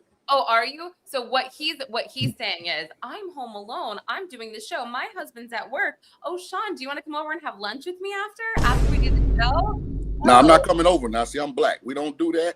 Oh, sorry. Whatever. Yeah. Is it a bad example? I thought I was just trying to. If we're gonna play, Lauren, we gotta go to a playground. Like we can't. I can't disrespect and come to the house. That's fair. So you're Right. saying, I'd say, oh, after the show, I don't have any plans. Do you want to go meet for lunch at the St. Regis Hotel? You know, whatever. And then that's what you're saying. Okay. And you know what? The room service is better than eating in public. You see what I'm saying? Right. Yeah. That's See? true. That would be for something that would already be in play. I would feel like you can't just bust out and be like, hey, meet me in room 808. We'll have lunch. That's like, what? No. Yeah, that's like you're creepy. not That'd be gonna know. creepy. Everybody in the chat, drop a creep. If you think Shaun King's being creepy, drop a creepy. If you think he's running game, run game. Go. The room number up front would be like a no-go. It's just okay. Oh. Look, have you had the espresso at St. Regis? The cruchette that comes with it is amazing. You know what? Do this. What do you got going around noon today? Okay. Yeah. So that's I got what it some- would be like. I got some- So it would say, I'll meet you for an espresso. Let's go. I'll meet you there. Hey, Okay. hold on, time out. The what? The what is amazing? Now, I only had one chance to pronounce it right. So if I did, I did. What is a cruchette? Black bread? You know what it is, Lauren? Maybe Did he mean croissant? croissant, maybe. So I actually thought the whole cruchette thing, I was letting that go because I thought maybe it was like a cookie or something I had never heard of. Cruchette? But you were interested, though. I was interested. See, I'm getting Sharon Moore vibes, Lauren. He got I don't know. He got off. Wait, hold on. But we didn't let him finish. I actually would like to hear what happens. Like, so I show up for this cruchette. No, I can't even say it. The Okay, espresso. let's just say I show up for an espresso and a croissant because they're amazing at the St. Regis. We're having them. Then what? I'm sipping my espresso. I'm pulling off, trying to be ladylike, eating my croissant. Then what happens? So we got to talk offline. I can't get my game after all these yahoos in the chat. The whole point. We got to hear your game. Because they haven't hit the like button. So how many people we got in the chat right now, JB? 2,600. So if we can at least get 1,300 likes. We should have at least minimum. And Lauren should have another at least 200 followers. Then maybe I give out some free game. But that Big King conversation, yeah. We can't just give it out. They ain't hitting that. Lauren, like. if that game, like I have a, what is it? Secondhand embarrassment or whatever. Yeah, it's secondhand cringe if that's what you. Secondhand cringe. Like if that gets you, Lauren, I'm shaming you. Well, before she answers, finish. This is the thing. He literally did not finish, so I have no idea. But here's the thing. So he said, let's take me and Lauren out of it and look at a macro. If the interest is there, then they're looking for an opportunity to pursue the interest anyway. If the interest ain't there, it don't matter what you say. I'm really craving Lauren's Cruschetta right now. $20. $20, that'll go to Lauren. What was that? See, that's too direct for me. I'm not a direct. Like, I'm an indirect guy. Yeah, I'm in. But see, I feel like I'm the catch in the situation, Lauren. So I'm not finna chase and pursue something that don't reciprocate the energy. Oh, wait. But you can't think like that when you're pursuing a woman. You can't think that bullshit. you're like bullshit. Lauren, I'm the catch. I'm not one of these yahoos out here that's chasing and running behind. Like, Lauren, I'm the type of person, if we exchange numbers and I text you once and don't get a response, like, you delete it out my phone. Like, not you personally, but I'm saying, like, I'm very similar to that, Lauren. Oh yeah, like I'm very similar, Lauren. Yeah, alpha males, Lauren. That's how we kind of work. I'm not great at texting sometimes, though. You would literally Well, I know you now. We know each other and stuff. So you prioritize your incoming texts. The ones that are priority to you, you respond to. The ones that aren't, you may overlook, wait till later. And remember, Lauren, at the end of the day, try and put me in that category, because I'm not gonna play myself. And Lauren, remember, at the end of the day, Shaun's racist. So at the end of the day, you got to remember that when we go into this. I ain't racist. I love white women. Well, of course he does that.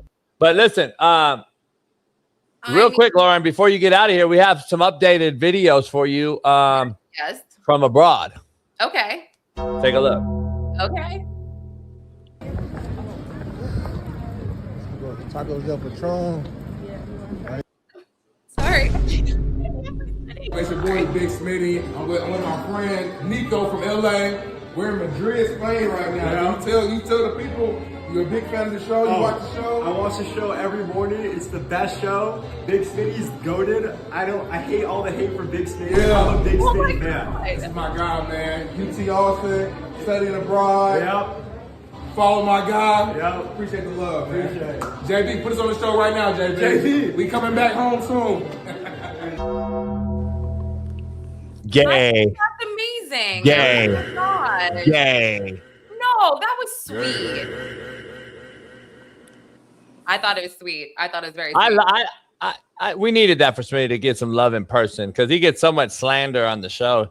It's good to see him out there with a foreigner. Do you think he gets the slander because he is so far left?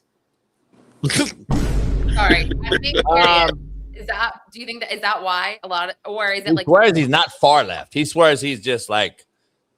No, he's pretty. I think he's far left. Like, I would say that to him. He knows. Like, but you know, I can get on board with some of the things that he's saying. I would just dial it back. But is it more of like his sports takes? Because I don't really know sports takes. So Nah, just that he's like a nice guy to everything for everybody. He defends everybody.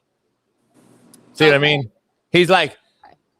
So we're polar opposite. That's good for the show. But he defends it all, like women, like in playing a man, and he doesn't defend that part. But he'll like, he's not like gung ho, like fuck that, like me. You know what I mean? Yeah. Like get her ass out of there. Like get his ass out of there. Like you know, women don't belong in football, and Lauren knows that. Lauren wants a real man, not one of those beta males. Like you know what I mean? Like he don't go like that. Like I you want a real masculine man. Like real men. I do like. Yeah. And you don't want to fight and dirty feet's in the bed. Like he's cool with that. Like I don't want to see you fight a girl and then come home with dirty feet. You know what I mean? Girl with dirty feet. I don't. Yeah, black eyes. The MMA girls. You know the MMA girls? Yes. You know they fight barefoot. Oh, okay. Yeah. To me, that's just nasty. I don't want to see you fight barefoot. I don't want to see you barefoot. I don't want to see you get punched either. I was gonna say, are you a feet guy? Like, do you care about feet? Do you like open-toed shoes? Are you like not into? Oh yeah, for a woman, she gotta have like decent feet. But but it's not like I don't know. Like, how do you think about feet when you like if you're in bed right with the guy? Yeah. Like just for instance, like just throwing it out there, right? Mm-hmm. Like me and you, right, are laying in it, and your feet touch my feet. Is that like the thing like that deters you?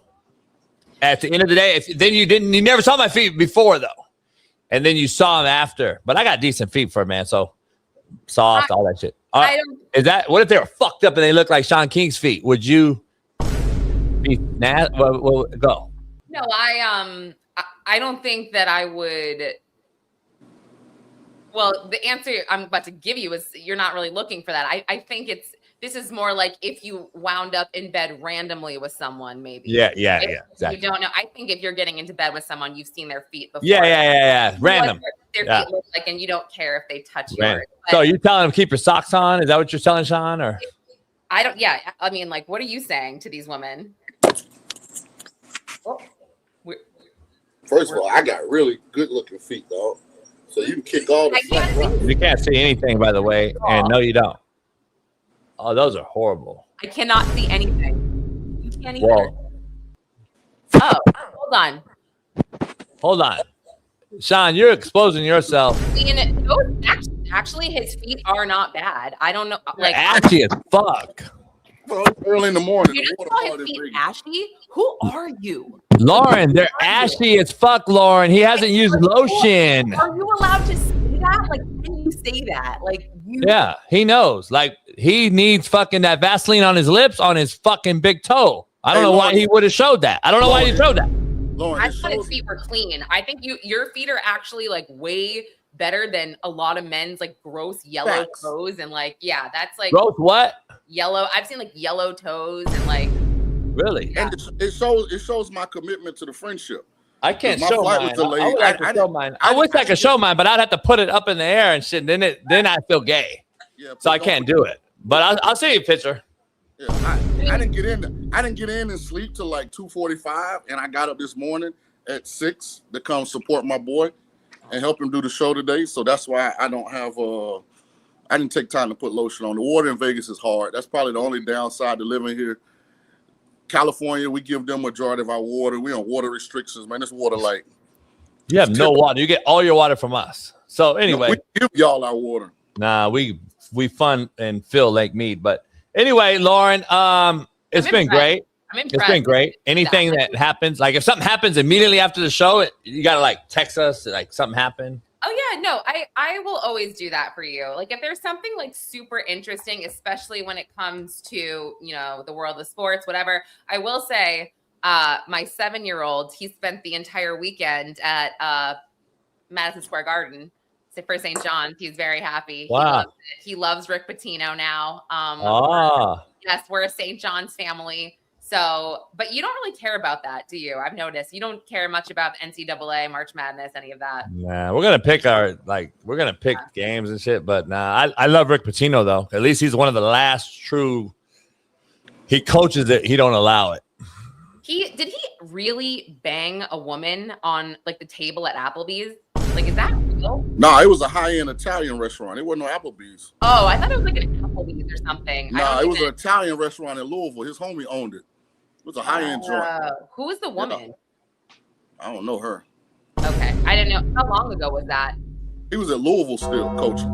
Okay. So this is like a while ago. Like I don't know. I don't know anything about that. He lived in my neighborhood. I saw him at a restaurant a few weeks ago, and someone I was with was like, "Oh yeah, you guys should come sit." But I had a fever, and in order for me to get to I was desperate to go. So I popped a bunch of Tylenol. And as soon as I met Rick, it started like wearing off. And I felt like I was Kristen Wiig in Bridesmaids. I started sweating. They're like, oh, here, have a drink. When she's like popping the almond and she's like that was me. Like the Tylenol was off. And I was like, oh, and I was like, I have to go. Sorry. Hi. Yes, Mr. Brown. What is your question, sir? So you're rich. No, I live on the Upper East Side. Because like you live by Patino. He makes like 12 mil. Do you not know how it works in Manhattan? Like, do you think that like you're so funny. You're like, no, you're not really. Lauren, do you get woke up every day by Mondami? Yes or no? Go. No. Lauren, you gotta live a little, man. You ain't did the restaurant rendezvous yet. Come on now. What's the restaurant rendezvous? Hey, that Rick Pitino. You got to get in the game. No, I know. I was like I said, I was super sick. I was like trying to pop the Tylenol so I could stay and like have fun. And then I was like, ugh. I was sweating. What does the Tylenol do to have fun? Go. Because if you have a fever, like I literally had as an adult, if you have 100-degree fever, it's not horrible, but you still feel like shit. And so I had this dinner at this one place. And actually, I think maybe I mentioned this to you. It was with a source that knew Mark Sanchez. He was supposed to give me a story on Mark. And I was like, I didn't want to miss this. I show up for dinner, ended up not giving me the story I wanted, but Rick Pitino and some people sit down next to us. My guy is friends with him and we're all sitting together. And that's when I just start sweating and I'm like, all right, the fever is coming back. I am not feeling good. And yeah, I didn't have any more Tylenol. Sorry. Red is the color. Red is the color on you. Make sure you wear red every Monday. Really? You think? Of course. With the nails, whatever. Next week I should have new nails because they're getting kind of crusty. But just make sure they're red. You could go maroon, red, like a violet. This color. Could I? Yeah, it's like maroon. Like, sorry, just to go back really quick, like, you know how dumb I am with athletes. Another thing that happened to me. You're not dumb. This guy that I work with, his name is Vince Velasquez. He's a former homicide detective. You just doxed him publicly. You doxed him. Go ahead. No, he's cool. He does security now for the Hawks. So he was in New York. We're at this cigar bar last year. And like Vince has a show on like Prime. Like he's like this homicide guy. I forget what his show's called. But this guy comes up to him and he's talking to Vince. And I'm like, oh my God, are you like a fan of his? And he's like, Vince is like, Lauren, this is like Tim Hardaway. Is that like an NBA player? Like what? Yeah. He's not a fan of mine. And I'm like, yeah, I'm an idiot. I should just not. I don't know. So you didn't know Tim Hardaway. Could have been Penny Hardaway, Tim Hardaway. Could have been a lot of people probably were in there that day. Yeah. I mean, yes. And it's New York City. So everybody's always in and out of New York City. Everyone knows everyone. And so how much more demonic does the far left need to be for you to get out of New York? Go. It's not, it's just about the school systems, and it's about education for me and my neighborhood. And I guess what happens with Mamdani, and if we can reverse whatever he F's up in the next, 4 years after. So I don't know. We'll see.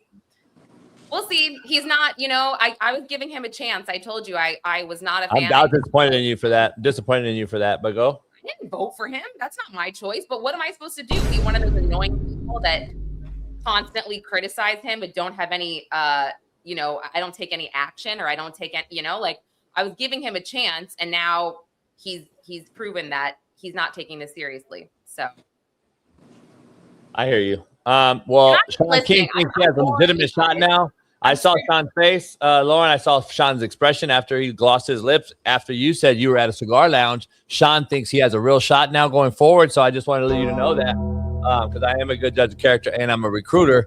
I know what Shaun's thinking in his head, that he can maybe meet sometime in a cigar lounge and have a conversation. That won't happen unless you're in my cigar lounge.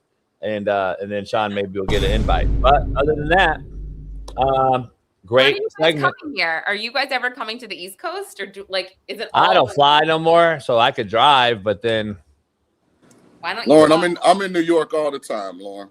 Wait, are you really? I am. He is now all of a sudden. But anyway,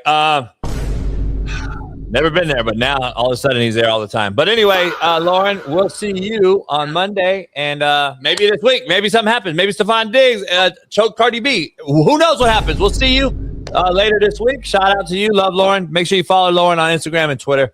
Bye, guys. Lauren Conlin, everybody. Bye, Shaun. Bye, JB. See you later. Hey, we got to address something, JB. Oh, did you read the chat?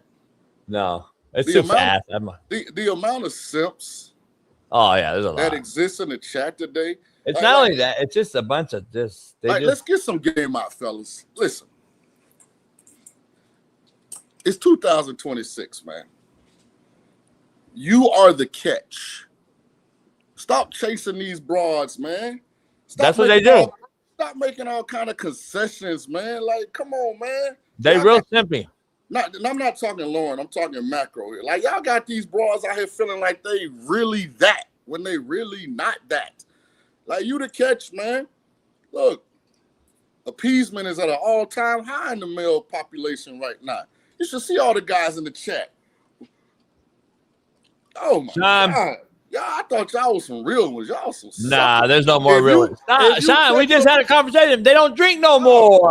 How are they going to be real pussy getters if they don't even drink? Like, if you text a broad and she don't respond, oh, she's erased immediately.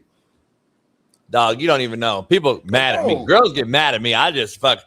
And the next text is like, who's this? And they're fucking appalled. Right. I'm like, who's this? She's like, what? I say, fuck, man, you took fucking 3 hours. I don't know who this is. I deleted your name out my fucking phone. But these motherfuckers, man, they so simpy and dog, they beta males, homie. The testosterone is out the door, Shaun. We have no more. The low T for these kids. You know what it is? I think alcohol, lack thereof, has deteriorated the testosterone in these boys. That's what it really is. I think social media has made them soft. Oh, that's a given. Like, if I meet a broad and she asks me, do I got an Instagram? Like, bitch, if we ain't exchanging numbers, then, I mean, we ain't communicating. The fuck you mean I got an Instagram? I'm right here. Oh, that's number one. That's number one thing. Yeah. Oh, what's your Instagram? Come on, man. What kind of bootlegging trustee you think I am? Yeah, that's that. What's your Instagram? I'm like, damn, I try to get a number at least. Give me a real number. Shit. There's some suckers out here, boy. Y'all been played your whole life. I can tell it.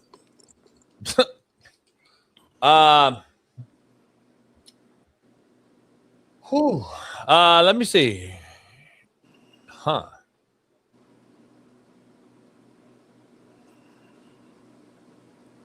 Oh, that's old. This ain't good. I was looking for something that I thought happened, but it didn't happen. We're gonna take a quick break, Shaun, and then come back for a straight solid hour and get into March Madness. We got a lot of NFL and college football combine stuff to talk on the next side. Justin Fields to the Chiefs, it looks like. Is that real? I don't know. Is that the breaking news of the day right now? I'm looking for it. I don't see it. Alan said it, then it must have happened. If so, well, let's verify it first, Bailey. And if it is, then we'll make that another topic and we'll talk about it. Looks like it did happen, Shaun. So we'll have to break that news and talk about that. How does that fit with Andy Reid and the Chiefs? Right before we go to break, JB, to you clowns in the chat, JB said I had busted feet. So that's why I showed my feet. And if you think I was putting lip gloss or Vaseline on because Lauren was on the show, you obviously don't watch the Coach JB show when Big King is on. Because that is my normal operating procedure when I'm smoking cigars, partner. Yeah. I don't tap dance for nothing. And Shaun, I don't know if you've seen before we go, but Bailey put it together like a montage of pictures and videos that started the show off.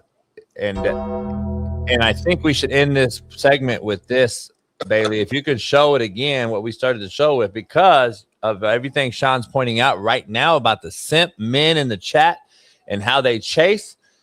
There's a reason why these players look like the way they do. They look like this. Did they kiss? Yes, they kiss. What about this yesterday, Texas A&M? But see, them white boys. So, like, white boy. It don't matter. It don't matter. White boy. What about this? He white? He trying to show his abs off, dog. God damn, dog. What's going on in America?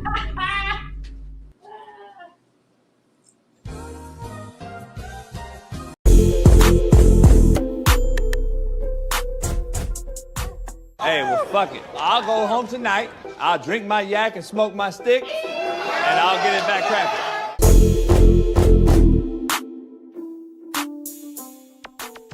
Tasha Cloud responds to the WNBA's new CBA proposal and brings up. You laughing at? I tried to read that. Can you do it? You're way better at WNBA. Go. All right, man. Natasha Cloud, who's a star in the league, responds to WNBA's new CBA proposal and brings up her issues with housing potentially being taken away, citing that a big market like New York City, for example, will essentially cancel out the $200K jump in salary. There's a video here. We can go ahead and play it, and I'll respond. Not making enough, that middleman potentially still not making enough. Who's this? Natasha Cloud. No, who's this guy talking? This is a woman. This is Natasha Cloud. Hooper, too. Hooper. Tough, defense, lock you up. She has the beanie on like me, so her hair is covered up. Hold the fuck up. Fuck, man. Don't do it then. Don't show me then if you don't tell me ahead of time, homie, who the fuck I didn't know who's doing this topic. Bailey does the whole rundown. I wake up in the morning. I wake up every morning. I give a 4:30 in the morning. I'm looking at a person. I pray, I stretch. I come to the laptop at 5:50. I look at the rundown. Like, oh, we're talking about this today. Okay, I don't be known. But I'm not. But hold on, homie. I'm looking at this person. I gotta be reminded. Fuck, man. Oh, it's ridiculous, homie. Are still not making enough. That middleman potentially. That's a woman.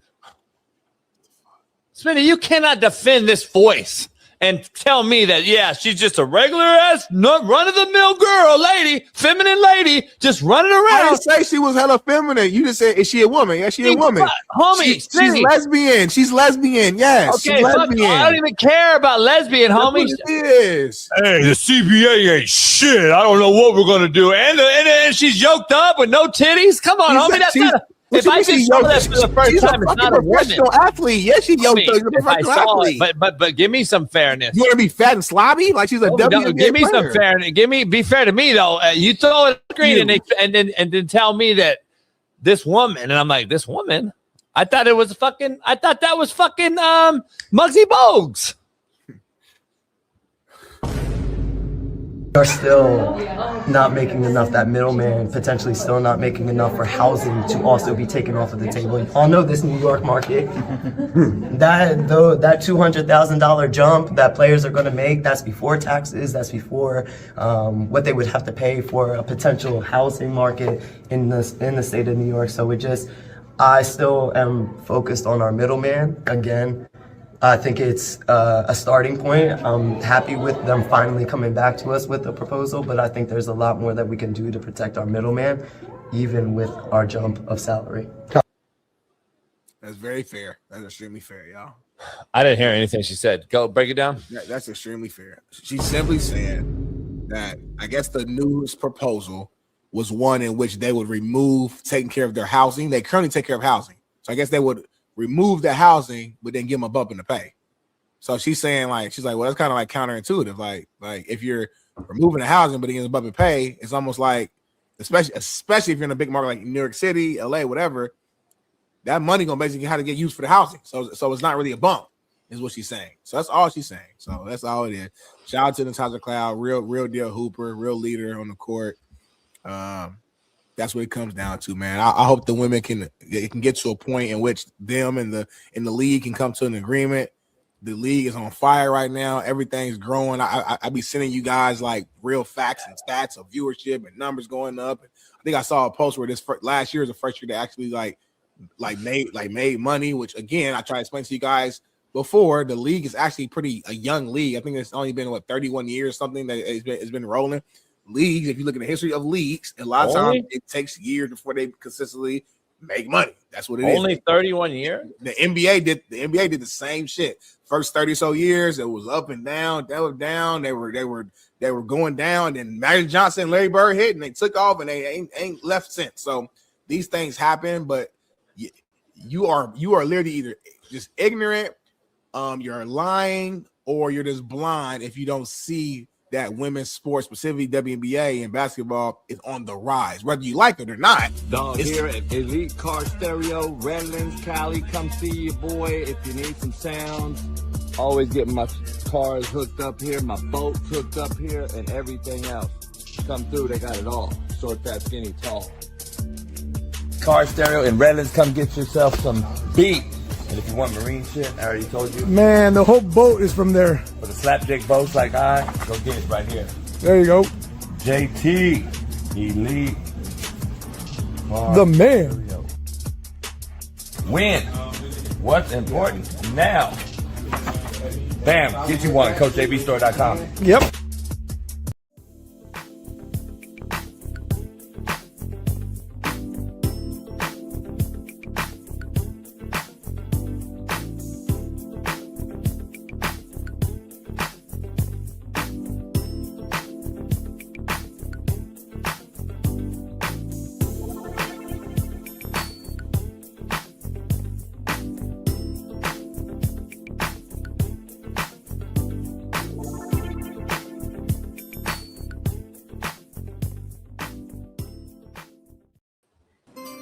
We are back. Breaking news. News in the NFL, fellas, came out just before break. The Chiefs have traded for Justin Fields from the Jets. I guess other teams are interested, but Fields is headed to the Chiefs' queendom. Not really sure on what was traded at the moment, but Justin Fields is a Kansas City Chief. Breaking news. It looked like a 6th-round pick, Bailey. I read for a 27 or something. I saw. Shaun, I said it earlier about 2 months ago. I said Andy Reid, there's no way, lays down with the practice squad guy after missing the playoffs and just goes with the run-of-the-mill QB if Patrick Mahomes cannot go to start the season. So I'm just telling you straight out, I love this move, and I think he'll start the season under Andy Reid's tutelage, and he will help them get through the storm before Mahomes returns. And then I like him being behind Mahomes in Andy Reid's system as well. So I like it. Yeah, I got no issues with it. I imagine he'll play the same kind of role he played for Pittsburgh when Russ was hurt.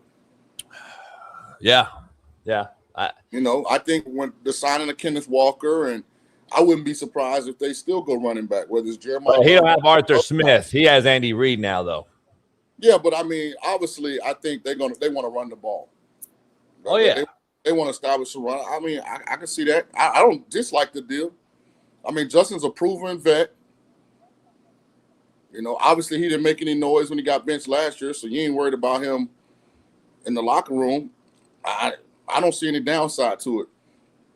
Yeah, I don't either. That's all I'm saying. I'm just saying I'd rather have Justin Fields with experience as a starter in this league than I do a practice squad guy to get them through if Mahomes is not ready to go. Now, if Mahomes is ready to go, I love the backup. And now Eric Bieniemy's there. People aren't macroing this. Eric Bieniemy's back. Guess what they'll do? They'll install a double and triple option package, and Eric Bieniemy, which knows it well, can put that in, and I bet you it's huge. I think it'll be a huge little add-on to the package, especially if Mahomes can't go. And if he does go, they got a good backup. So I like it. Shout out to Jay Fields, too. Anybody that gets out of New York, God bless you. Yeah, it looks like everybody's getting out of there. My guy Jermaine Johnson's down, and then Nashville, Justin's left. Half the fucking teams are gone. It's crazy, but we'll get to it. Shaun, let's get into brass tacks before we dive into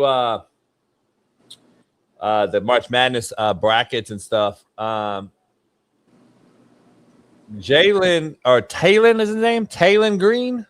From Arkansas? Yeah. Boise State. Yeah, he came out and said he believes that people want him to change his position because he's black. I'm not trying to make this a race thing, but I feel like they see my color and think I'm just a runner. Show the video.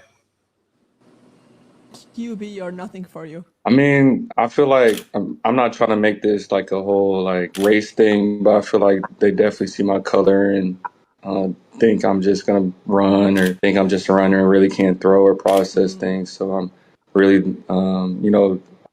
RG3. I'm pretty sure you've been through that at this process too. So I was just trying to beat that stigma and just put everybody on notice that think that way. So. I mean, I feel.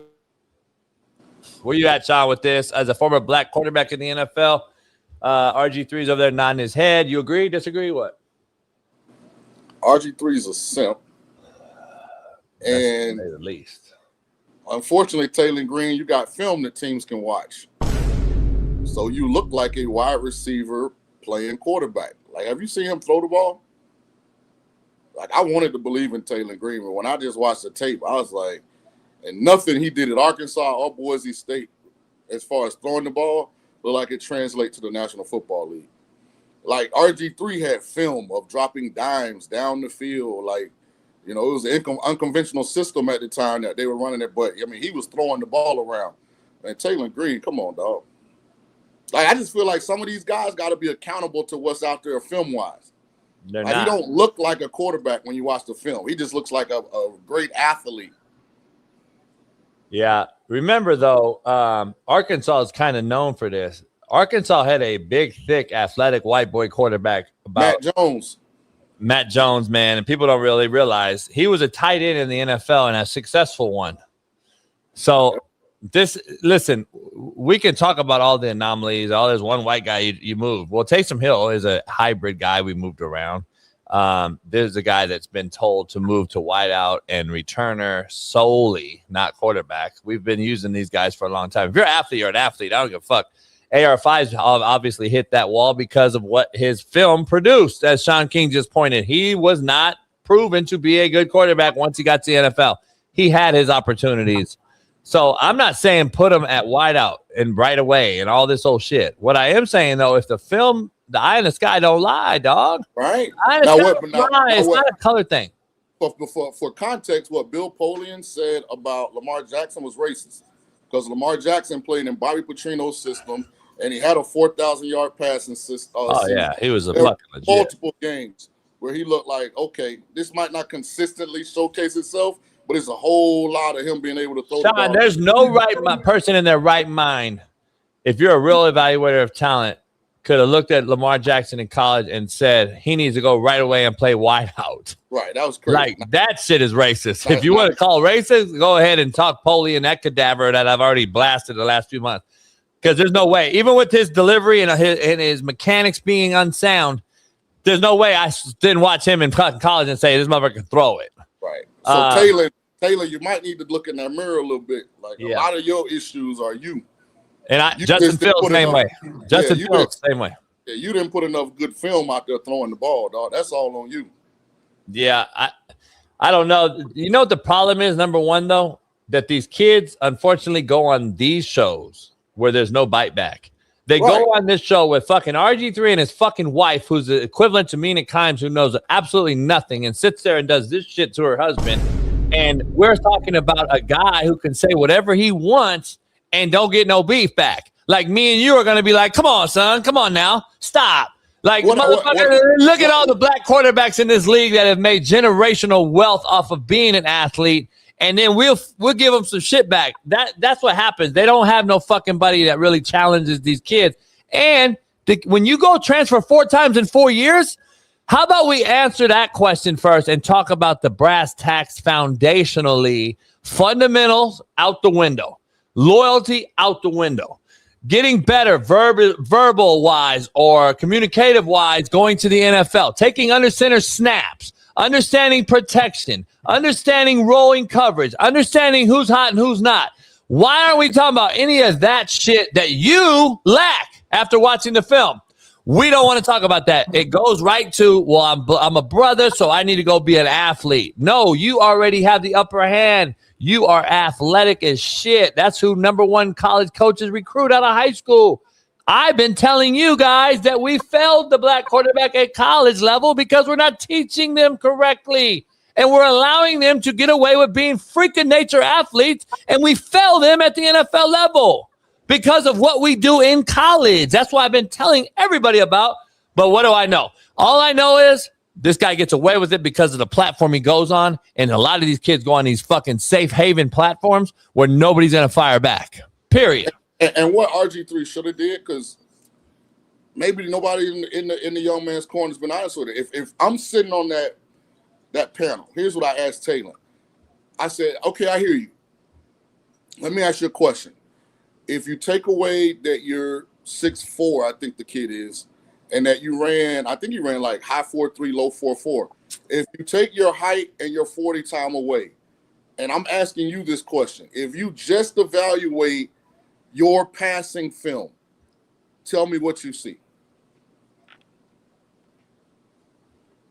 That's and what. Like explain it. Why won't RG3 ask that question? Right, like ask him. Like, what do you see, Taylor? Remember Eric Crouch? Remember Eric Crouch came out of Nebraska and he was fucking Heisman Trophy winner and how he fucking went wide receiver at St. Louis. He went to the Rams and guess what? Guess who they had there? Fuck, man. This is crazy to me, man. If you're an athlete, go get paid. I don't understand why you would say no to it. Like, that's all I'm saying. Hey, JB, he's played 11 or more games the last 4 years and never thrown for 20 touchdowns in a season. Yeah, but see, the wife's over there like this. like she fucking knows what's going on. She won't ask anything. This is a fucking safety show that they do just to fucking do this shit. It's soft as hell, man. It is what it is. But I agree with you, Paulie and shit. Like anyone that comes to watch, and you know, our guy Garrett coached Lamar and recruited him at Louisville, and I was coached by Brom in the Arena League, and I'm gonna tell you right now, stop. You got to stop. And Bobby P was probably one of the top 3 or 4 quarterback guys in all of college football. Developer. Right. He gets in your ass, by the way. He will rip your ass at quarterback, by the way. And he was coached and trained by some really good coaches in college. And guess what? Garrick will tell you straight out, he's digressed since he got to the NFL. He was better in college as a thrower. So, like, you can watch film and look at it. And there's nobody in their right mind saying Lamar need to go play wideout coming out of college. Yeah, Polian was on some bullshit. Yeah. Breaking news, though, man, Shaun. Green, you on some bullshit. Breaking news, Shaun, that you real quick, just we don't have to break it, Bailey, but Butler men's basketball coach Thad Matta is retiring. 502 games he's won. Been around a long time, Thad Matta. Back when basketball was great and the college basketball fucking world, March Madness is about to start. One of the greatest times of the year. It's not the same as it once was, but Thad Matta's been around a long time. He's retiring. 502 wins, Hall of Famer, no doubt. So it is what it is. Mike Honcho, yes, I was. And then I got traded to the Bakersfield Blitz, but Brom was my coach, and he traded me for out of favor for me because I wanted to come back home after being around, having my daughter and shit. It was a long story, but shout out to Brom. We've become close ever since because of that move he made. But he's a great dude, man. Yeah, I don't know, Shaun. I'm with you on that. The Texas Tech football team, Shaun, has removed every weight under 40 pounds from their weight room. If you want to do something less, you're still going to do 40s. That's how it is. Take a look. That's like, great. If you want to do Nothing some less light, than a 40. Yeah, he's like, if you want to do some light sideways, you're still gonna do 40s. You know, that's how it is. That's actually true? There's nothing less than a 40-pound dumbbell? That's so funny. It's a cold TV on the wall in the weight room, though. Stop playing. 20s, 10s, and all, whatever you need. They're like, no, we got 40s. I had a strength coach once at Penn State that took out the 2.5s from Oh, the racks. that's Like, he's funny. like, if you can do 2.5 more, you can do 5 pounds. Yeah, that's fair. Yeah. So we got our quote up there. I'm not mad at it, Shaun. It's setting a standard. I don't know where you're at with it. Well, shout out to Texas Tech because obviously the first thing that jumps off the page is this is a football-only weight room. Where Those are rare. Those are rare. Yeah. A lot of teams have Go massive ahead. weight rooms, but the Olympic sports also use them. So you would need to have dumbbells less than 40 pounds. So shout out to Tech for having their own dedicated weight room. And I mean, at that age, I mean, what could you do that you would have less than 40? I mean, even if you, I'm calling cap. dumbbell bench, I mean, Only reason I'm calling cap, Shaun, is I don't think we know the whole story. I think they're doing this for clout towards recruits and saying this is what we do, blah, blah, blah. But it makes sense. They'd be like, what would a football team do where they would use less than 40 pounds? Well, you and I know quarterbacks, specialists are different. I didn't work out my quarterbacks the same. Like they did the workout, but they weren't doing the same thing. I would have quarterback individualize their arm. You know what I'm saying?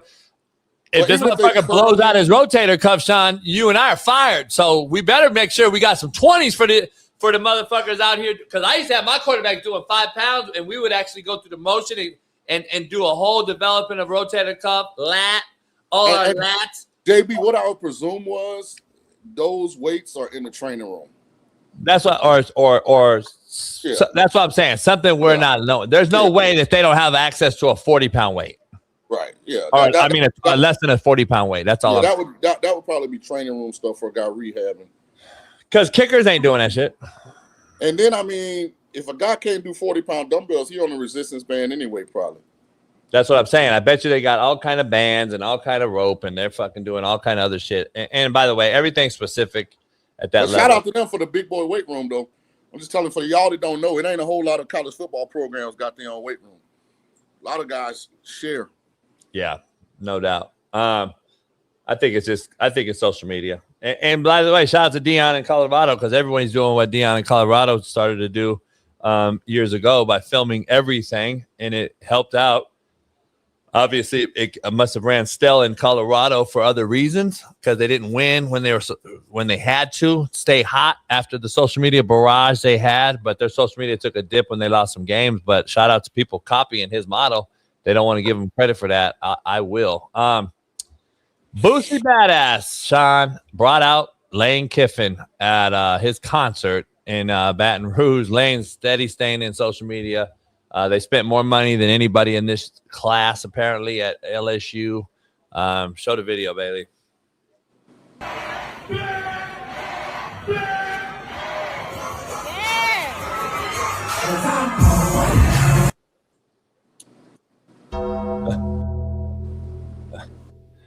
Lane's a fool. I mean, Lane couldn't give me no shoulder move or no, like, come on. Lane, goddamn. Lane looking real. Hey, he winning it over, though. Brian Kelly would have never. Hey, shout out to Boosie, too, because Boosie from Baton Rouge, so that ain't no cap. Yeah. Hey, Brian Kelly would have never. That motherfucker would have got up there and faked the accent and shit. He went up there with some khakis on. At least Lane had some jeans on. With hat backward, a little swag, you know. Got the chain on. At least he's trying to fit in. Yeah, a little swag on him. Well, Lane knows how to do that. Lane will simulate. You know, Lane will simulate until he takes the Florida job next year. Where you at? I'm wrong in letting that job go, baby. Where you at with their class? I mean, I haven't dove into it too much.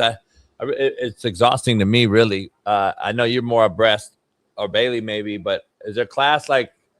Has he kind of recouped after the playoff Ole Miss thing, and apparently he's got his guys? We'll see, man. I mean, he spent a lot of money.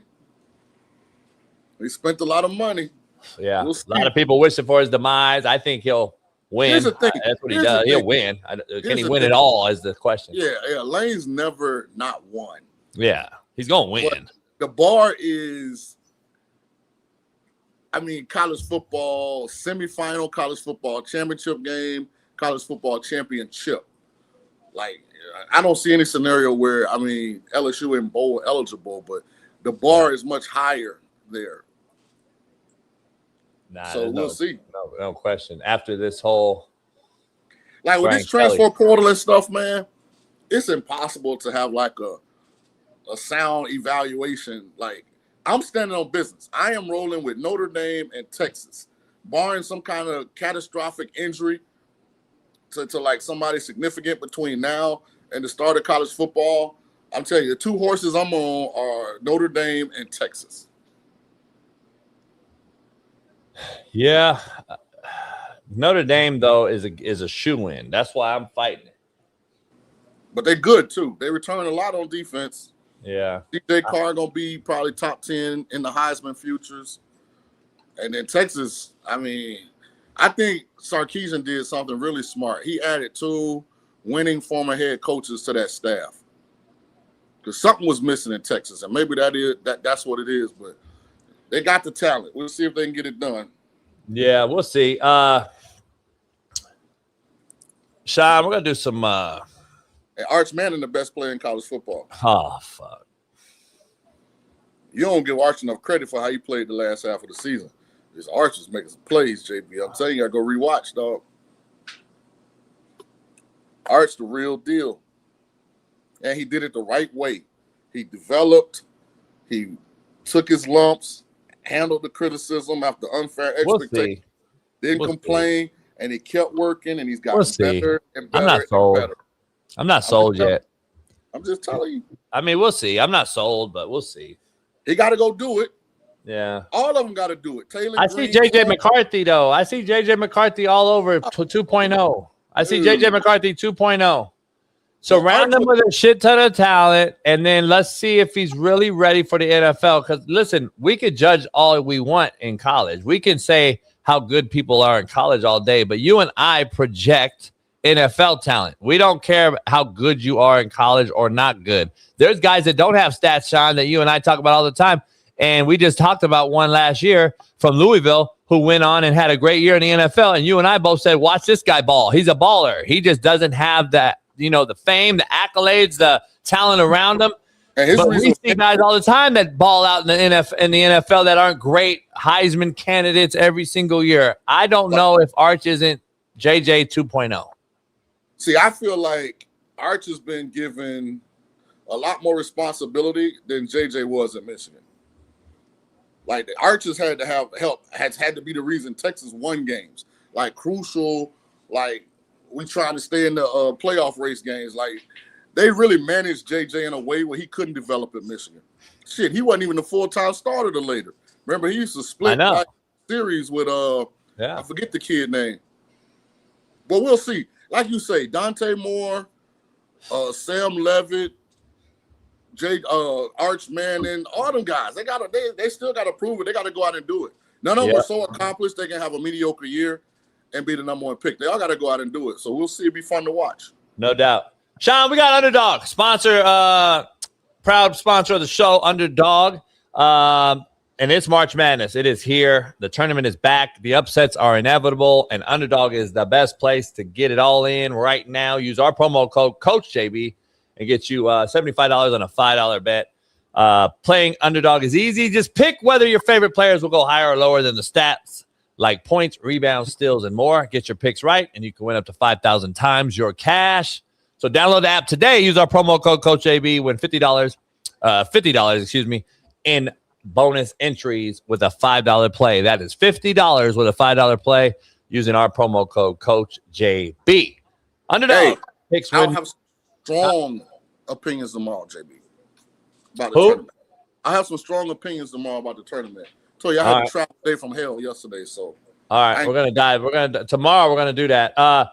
You got to be 18, 19 in Alabama, Nebraska, 19 in Colorado for some games, 21 in Arizona, Massachusetts, and Virginia, and present in a state where Underdog Fantasy operates. Terms apply. Concerned with your play like Big King? Call 1-800-MY-RESET or 1-800-GAMBLER. Or visit www.ncpgambling.org. Or in Arizona, call 1-800-NEXT-STEP, 1-800-639-8783, or text NEXT STEP to 53342. If you're in New York with Mandami and LC, Lauren Conlin, call 24/7-HOPE-LINE at 877-8-HOPE-NY or text HOPE-NY at 467-369. Underdog is a game of skill. Make sure that you realize that. So let's dive into it, Shaun. I got some NBA for tonight. The Lakers are hot. The Lakers are rolling. They beat Denver in Austin Reeves, best white player in basketball. The Los Angeles Jazz. You see that shit? What he did? He hit that missed free throw, got his rebound, knew right where to go. Dennis Rodman-esque, got the ball, shot it up, made it, goes to overtime, and they win the game. Luka higher than 30.5 points tonight. They've got Houston, Shaun. I see that all day. I'm going higher on the whole thing tonight because I said, fuck it. I've been picking and choosing. I'm going higher on everything. Wembanyama, I'm going 26.5 over. Jalen Green, over 25.5 points, rebounds, assists combined. And I'm going Devin Booker against Boston because Booker usually balls out against better teams. I think he scores over 24.5. And then your guy, Banchero, I got him going over 24.5 as well. And Cooper Flag, Shaun's guy, thinks he's the next Larry Bird. He'll score over 21.5. So D Jones, eat a dick. We're winning tonight. Start putting life on my death, homie. We're going to win tonight.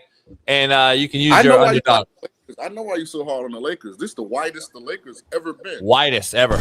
Good Lord. About a week ago, I turned the game on. They had 4 white guys out there. Yeah, they're the whitest team ever, and they got a white head coach. So shout out to the Lakers for breaking the barrier. And let's get to them. Use our promo code right now, Coach JB. Download the app today. Shaun,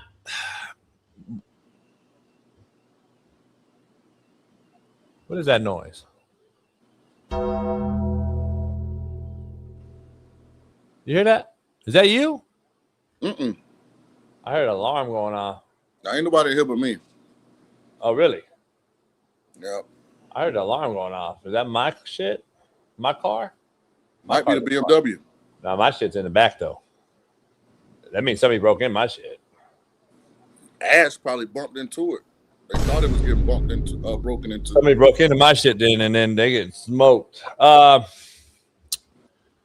Gibby. It's probably Gibby or one of them.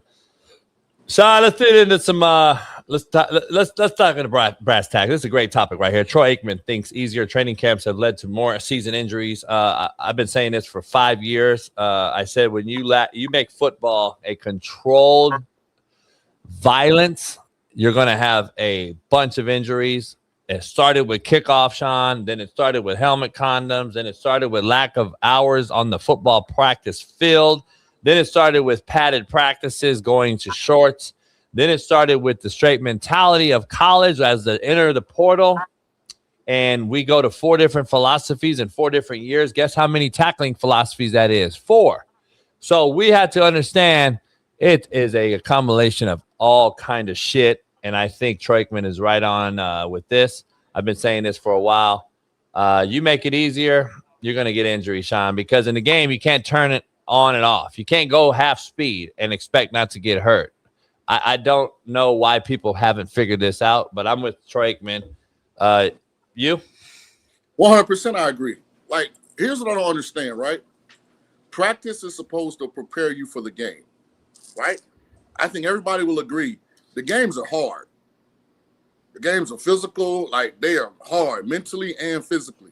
So if your practice, if none of it matches the game tempo, then how the hell you ever get ready for the game? Shaun. Like, it's crazy. It's like Kevin, like somebody used to tell me all the time. You ask Kobe Bryant to practice on an 8-foot rim and then play on a 10-foot basket in the game. It literally is the greatest saying I've ever heard. And Kevin, someone told me that one day getting fucked up in Indianapolis at Nikki Blaine's. But I'm just telling you straight out, it makes 0 sense. If you think, and little big man thinks, Troy Aikman don't know what he's talking about, but you do, right? Right. You got to shut the fuck up, little big man. How do you tackle well if you don't practice real tackling? Like, how do you have ball security? You know what happened? You know what happened at Indy? Those tackle dummies came out. Those donuts. Remember those fucking donuts around 2015? They started making those circles. Yeah, the donuts don't move. And you the one you roll, the one you can roll. Right, but that roll is going in a predetermined path. It's not changing. Dog, and I got that shit for specific things, but when it came to tackling, you can ask Alan. I said, dog, ain't no fucking, you ain't tackling no goddamn padded ring.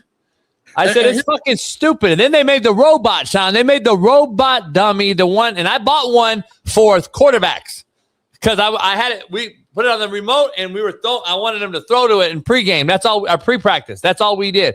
But motherfuckers use that solely for tackling in the NFL. You'll see, because them motherfuckers could go fast. You can control that motherfucker. Woo! And I'm like, dog, ain't no fucking way. If it's not a human on a human, it makes 0 sense for us to be talking about it and acting as if this doesn't affect the game. And here's the thing. If you want to supplement some of practice with these tools, go ahead. But it can't replace the live component. You got to have it. Like, if you don't want to do 4 days a week live tackling and training camp, okay, fine. But you got to do at least 2. Like, you got to have multiple opportunities for your team to get out there and be in real game situations. Otherwise, how they get in the game, how you even know who could tackle? Listen, the best thing I ever been a part of, and we used to do board drills and angle tackle all the time as a youngster. But board drills and angle tackling are the 2 best ways to start a practice and end a practice, however you want to do it, that there is. And set up a parameter too. Not just some ghetto-ass fuckfest where you can just use the whole field and the running back just go to the sideline. No, 5-yard cones and then make it a 10-yard cone. And if you go outside the cone, you're doing fucking up and downs. But 5-yard cones, stay in the cone. The running back gets 1 cut, and that's it. 1 cut. Teach the rule. Teach the drill.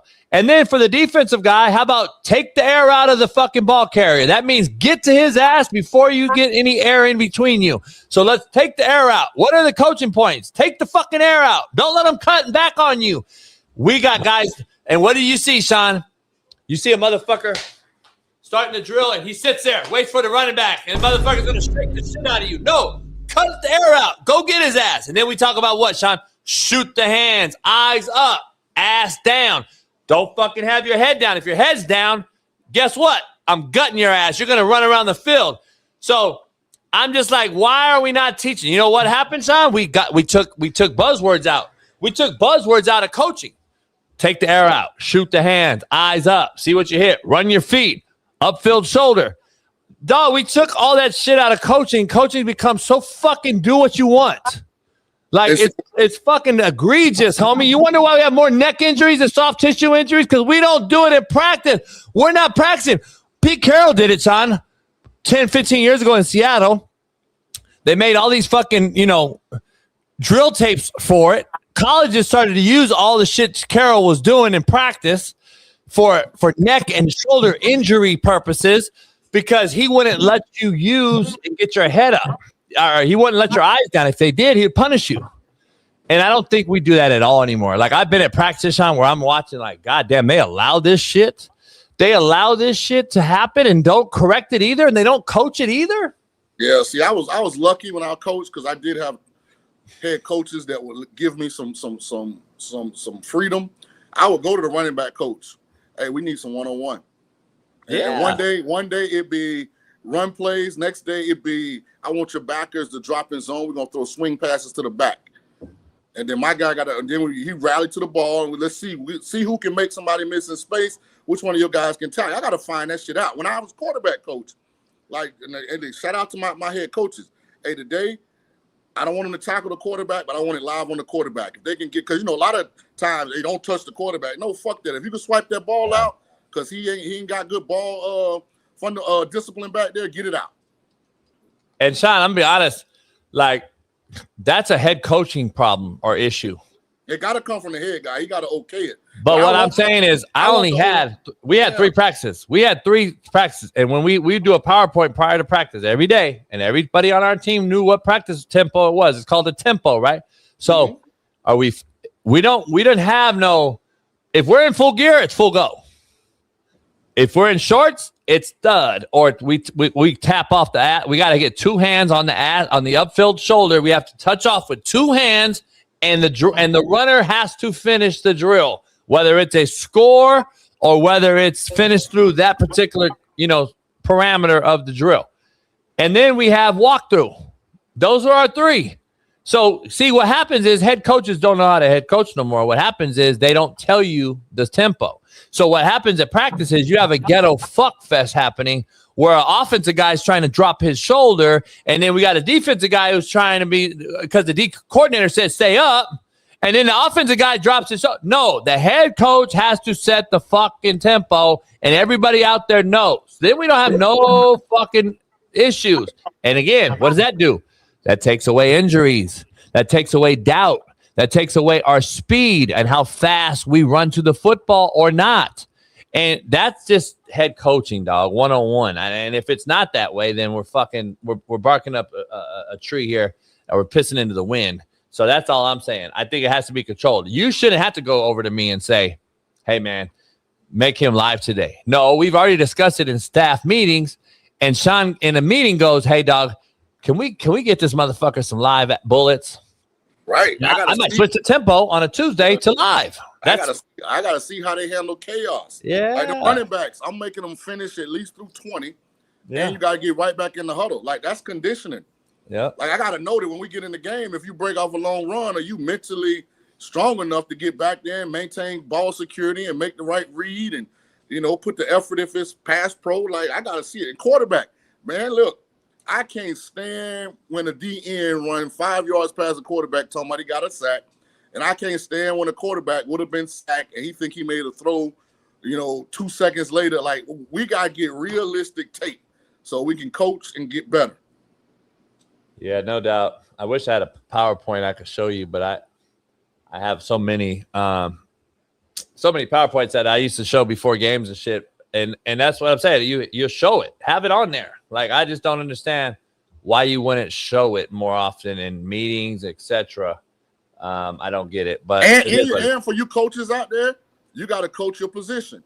Like, take running back and linebacker. If we in a third practice, I'm telling my running backs, if you try and run somebody over, your ass is coming out. Because we got drills for that. When we go one-on-one and you can do what you want today, then don't run straight down the pass. But then the linebacker coach got to be telling his fucking guys and the safety coach, hey, don't take no cheap shots. Like it's just communication, like you said, and like this how we practice in the day. Be a professional, like do it the right way, like be coachable, goddamn it. And then if we live, then hey, we live. Buckle that goddamn chin strap up, you know. Let's go out here and hey, put some shit on tape that make me feel like I need to put you in on game day. Yep. No doubt. I gotta save this right here, Bailey. I found some shit, Bailey. This might be nice. I'm gonna have to do this. We're about to do a segment, Shaun. You and I could do a fucking segment on this shit. Let's do it. I got all these PowerPoint, like, it's crazy. We could show all kind of shit. Because the one thing a kid can hide behind, the way they practice now, you can't find out if a kid's soft or not. Hell no. Practice got all these parameters and guidelines. No, man. I don't even let my players talk. We get in the meeting. I like this film. Is all your word count is over when we hit play. I don't hear shit. But I'm just see what you know what to do. Let me see if you're out there doing it. That's quarterback, running back, everything I've coached. Don't get in here telling me this, that. I don't want no excuses, no explanations. When I hit play, and it go with everything. When you come out the game, how fast you're running off the field. Like how you getting back, like all of that shit matter, man. You trying to create killers, like trained killers. Yeah, it's crazy. Fuck. I wish I had this motherfucker. I'm trying to find. I found a bunch of them, but it ain't the one I want. But we used to do talk about just ball security every day, and you got to show these motherfuckers pictures and slides of it, Shaun. You got to show how you want the ball, right. And then you got to show how you want it tackled as the defense, and then take the air out and talk about all the shit. You do it in a PowerPoint. I don't understand why people don't show it more often. And if you're a good coach out there, one of the tools I used to use was I would splice in either a prominent college player or a prominent NFL player doing what I'm asking the right way. Yeah. This is what you look like. Okay, this is what it looked like when it's supposed. So that way we got no excuses. Like we on the tape. Like you a quarterback, goddamn it. Hey, man, I'm hard on them cats. Because you got to be. That's how players get better. You soft-ass coaches that be in the meeting room and you don't want to hurt somebody's feelings. You're doing the kid a disservice. No, that's why we filmed everything. But that's a whole coaching show because we could talk about it a lot. I see coaches don't even take notes. I elaborated on the note taking. I gave every coach a pen and pad. Then I gave everybody a fucking dictaphone.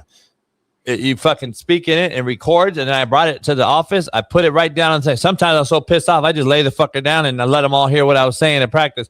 And I go from drill to drill to drill. And then that thing has a USB, put it in, it prints it out on Word, and we had a staff meeting later, and it talks about the O-line coach, what the fuck he was doing, D-line coach, DBs, D coordinator, offense, O-line, every position, quarterback coach. And I broke it down, every fucking thing, and then we got the film to show it. Eye in the sky don't lie. So... I'm going to put people practicing the right way, man. And to all you DB coaches out there, y'all get y'all shit together. I can't stand we go to practice, so we doing one-on-ones, and the DBs is grabbing and holding and shit, everything. Come on, man. That's pass interference in the game, dog. Like, it's just the little things in practice, you know, that you got to get right. You know what I'm saying? Yep. Tomorrow, we're going to wait. This announcement. We'll wait. Shaun and I will do our bracket tomorrow. Yeah, I'll be on at 6 tomorrow, too. Huh? I'll be on at 6 tomorrow, too. He'll be on with us the whole way tomorrow. Steve Kim will join us at 7. We'll talk about this right here because we know where Shaun's at. Hold on, JB. S. Dreesen, what man would allow Shaun King to coach their son? Boy, stop. Somebody just said in the chat, what man would allow Shaun King to coach their son? Boy, you got no idea how fortunate you would have been if he's not green, Shaun. If he ain't green, though, I wouldn't even pay no attention. I guarantee you this, partner. Find one parent, and I mean one, of any of the kids I coached that ain't appreciative of the time their son spent under my tutelage. I challenge you to do that. Shaun, he doesn't have a resume. He's a fucking nobody. That's what happened. Tomorrow we're gonna be talking about this right here, though. So we won't give it away anything, but we'll do a live pick'em show tomorrow. As all the Ducade out there. When are the I think the playing games are tonight and Wednesday. Tonight and Wednesday or tomorrow and Thursday? I think it's tonight and Wednesday. I think the tournament starts Thursday. So Thursday is the start of it? Yeah, I think the games are tonight. And all right, so tonight, who is it? North Dakota or some shit? Who is it? It's not my Miami of Ohio Redhawks, which I'm definitely taking them money line to beat SMU. What a fucking travesty, NCAA. Guys went 31-1. You got them in a playing game. But you got the fucking Kentuckys of the world with double-digit losses that's comfortable. I got to watch. I watched the selection committee just so I could talk to the show about the show, and they were talking about they were not the last team in because they asked him directly, and he was like, "No, they weren't the last team in. SMU was." But you still got to play to get in. That's some bullshit. 31-1 or whatever the hell they are. Yeah. Starts in Dayton, Ohio. So obviously tonight, who's the play-in? I know. I don't know tonight. Let me see who it is real quick.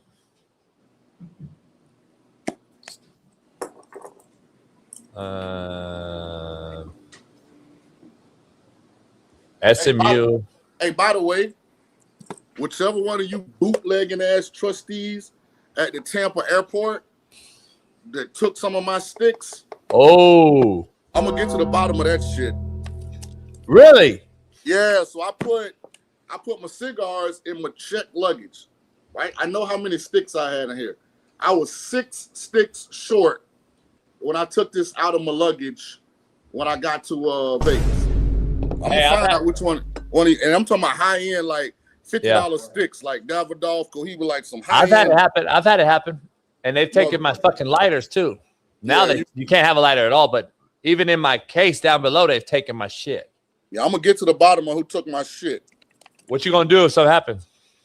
I'll be back down there in June. They'll be gone. They'll be on the boat. Now I ain't trying to get my sticks back, but the culprit will be identified, motherfucker.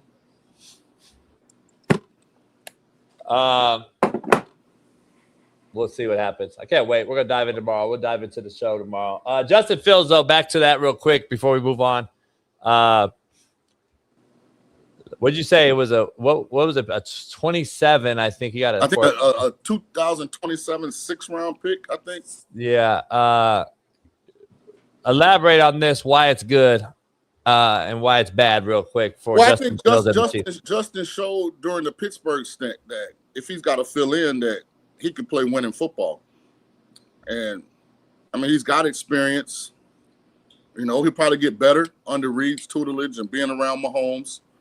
You know, be the first time he's been in that kind of situation because, you know, when he played with Russ's narrative was bad. Like, he was coming off of Denver where they talking about he had his own office and all that. Then the Seahawks didn't like him, so I don't know how he developed there. He was the head honcho with the Jets. He was the head honcho with the Bears. I think he had, like, Andy Dalton at one point, but Andy Dalton was like, it's his time. So he never really been in a situation like this with a legit, like, high-end top quarterback. So you get better. Now, here's the thing I want you guys to notice. Every backup that plays behind a legit frontline NFL starter, when they get in the game, they got the same mannerisms because that's what they watch every day. Look at Jordan Love. Jordan Love looks just like Aaron Rodgers. How he throws the ball, how inconsistent his footwork is, because that's what Aaron do. So you watch that every day, you start unconsciously, like, it starts becoming who you are. Yeah, no doubt. I just hope that, because mechanically, and we know some guys that were around him last year when he got the job and he got to New York. Mechanically, I've been told he's improved tremendously as far as just his platform release. He's gotten some glitches out. His feet are not so much pity-patty no more. He's got his drop and understands how to climb the pocket and manipulate with his eyes a little better. So those things maybe he grows even further in KC. You add the run element with Eric Bieniemy and Andy Reid. I think this is I don't think you could beat it for a guy. I wouldn't want to go anywhere else other than Andy Reid right now, unless it was Sean McVay maybe or a Shanahan. But at that time, you're still not going to play as much. Right now, he has a chance to play early if Mahomes isn't ready. And then you go learn behind Mahomes. So here's the narrative that doesn't get talked about enough. Fields a good dude. Like, I know a great kid, yeah. Like, he a good dude. Like, his only impediment right now is I truly believe his confidence is shot. Well, you know what the problem is with good dudes at quarterback? Exactly what you just said. Yeah, sometimes they're too nice, and I don't want the greatest dude. I do like good kids. See, there's a problem that people don't understand. If you're a good quarterback, you're usually that's an asshole to you. You usually but usually at the end of the day, you got more good in you than bad. If you're gonna be good and make it, you got more good than bad, but you have some shit on your neck. You got some shit in you, and that's just what I think he needs more of. And I'm not, obviously I'm cool that he promotes God and Jesus and all that. I'm actually liking that these young kids are promoting that shit, especially in the era where we are right now. But at the same time, like sometimes you have to understand God wants you to be nasty too in life. You're a man. You're a gladiator sport. You're an alpha dog. You're a leader. Sometimes you can't just be that nice guy. You got to go be an asshole. God will forgive you, dog. Go be an asshole. You got to stand up for yourself. Like the one thing about playing quarterback is you got to be accountable so you can hold everybody else accountable. God damn it. If that running back's supposed to be 3 to 5 in the flat and that motherfucker behind the line of scrimmage, like you got to say something to him. Shaun, last time I checked too, God created a man and a woman for a reason. Like there's hunters and hunted. I think God realizes that, Justin. Go be that motherfucking hunter that he intended you to be. That's all I'm saying. There's a lot of gazelles in the chat. I found that out today. Oh, yeah, there's a lot. I need to watch some National Geographic. You the prey. You supposed to be the hunter. No, there's a lot. I don't know. Shaun, in another news, I know you wanted to talk about the demise of the white athlete. Alabama basketball player Aiden Holloway was arrested this morning on first-degree possession of marijuana after a search of his residence by West Alabama Narcotics Task Force, according to Tuscaloosa police spokesperson. Big news out of Tuscaloosa, Alabama's second-leading scorer, Aiden Holloway, arrested this morning. The number 4 Crimson Tide played the number 13 Hofstra this Friday. Well, let me dive into this brass tacks real quick. When I hear Alabama Narcotics Task Force invaded your private home, there's other things going on, Shaun. No? Well, first degree, I'm about to look it up.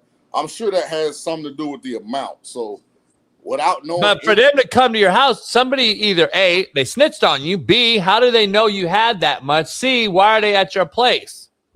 A task force, Shaun. This wasn't like a cop just, hey, what are you doing? The car smells like weed, homie. Like, what's going on?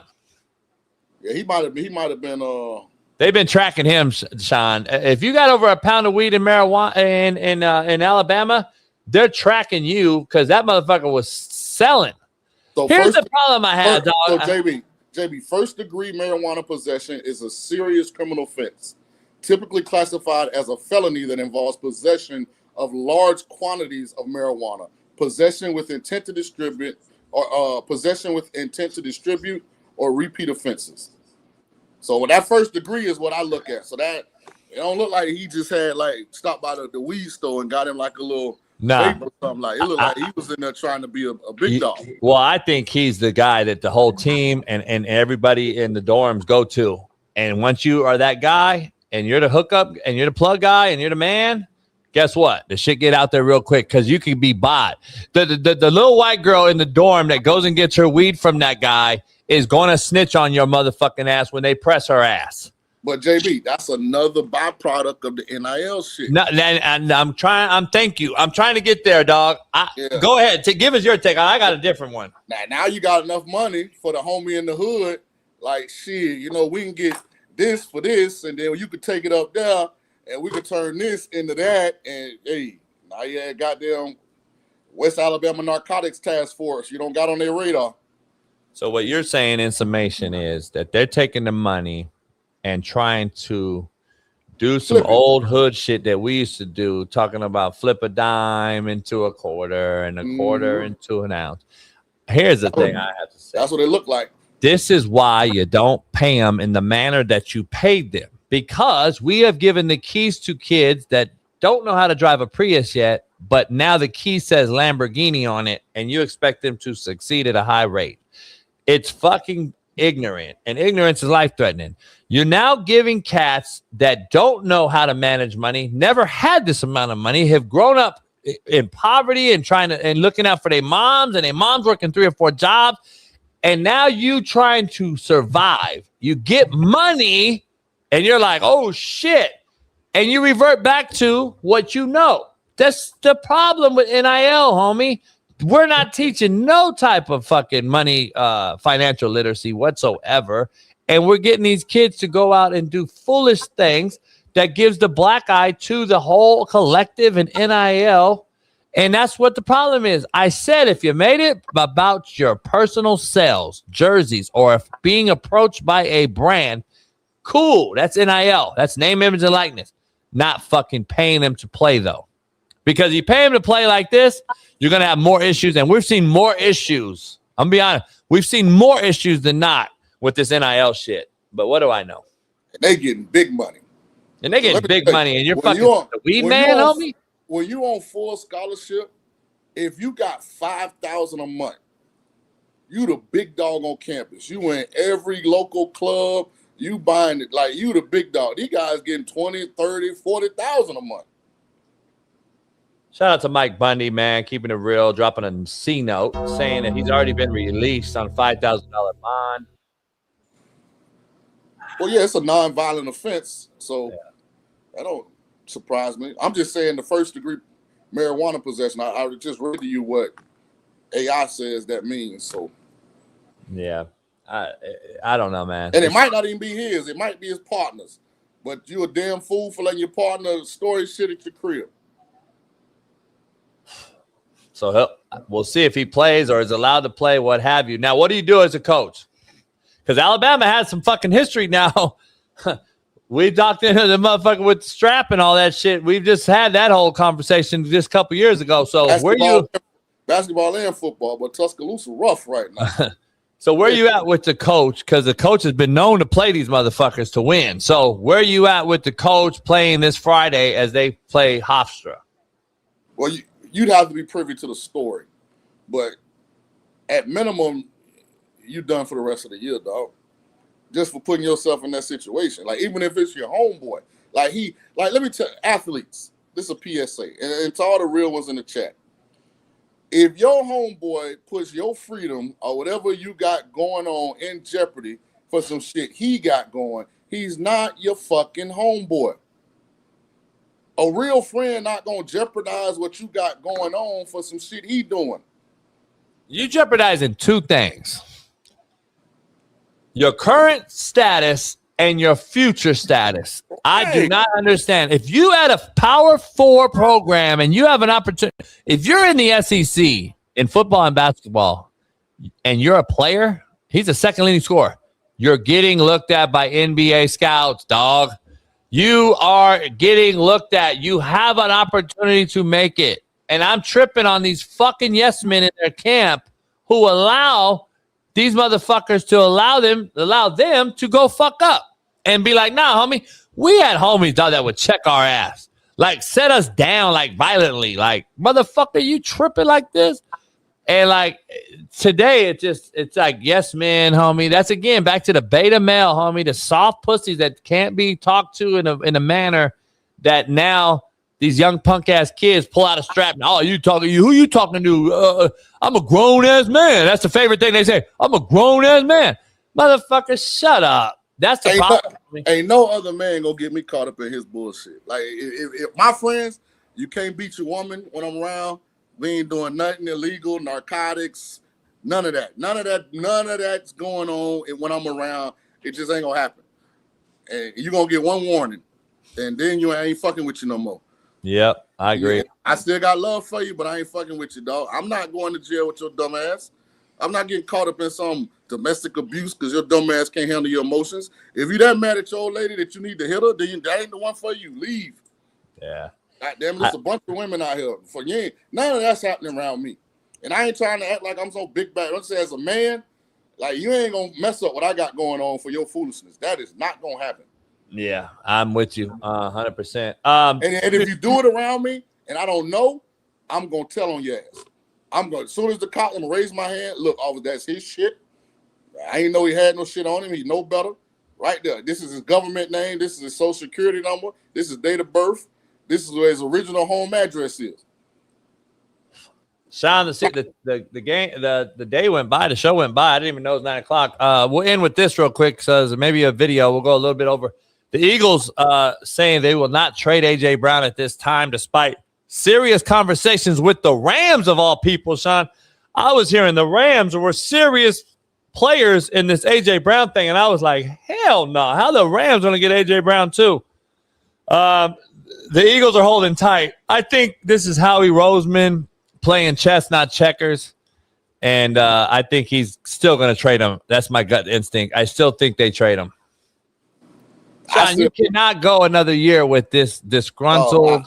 From what I've heard inside that organization, AJ is not the problem. Oh, I've heard the same thing. Yeah, Trust me. But what I'm saying is, if you're not going to get rid of the problem, I think they would have needed a Max Crosby, the deal they got from Baltimore before they reneged on it. Like they would have needed like 2 ones, and AJ just don't got that market. They don't want to get rid of AJ.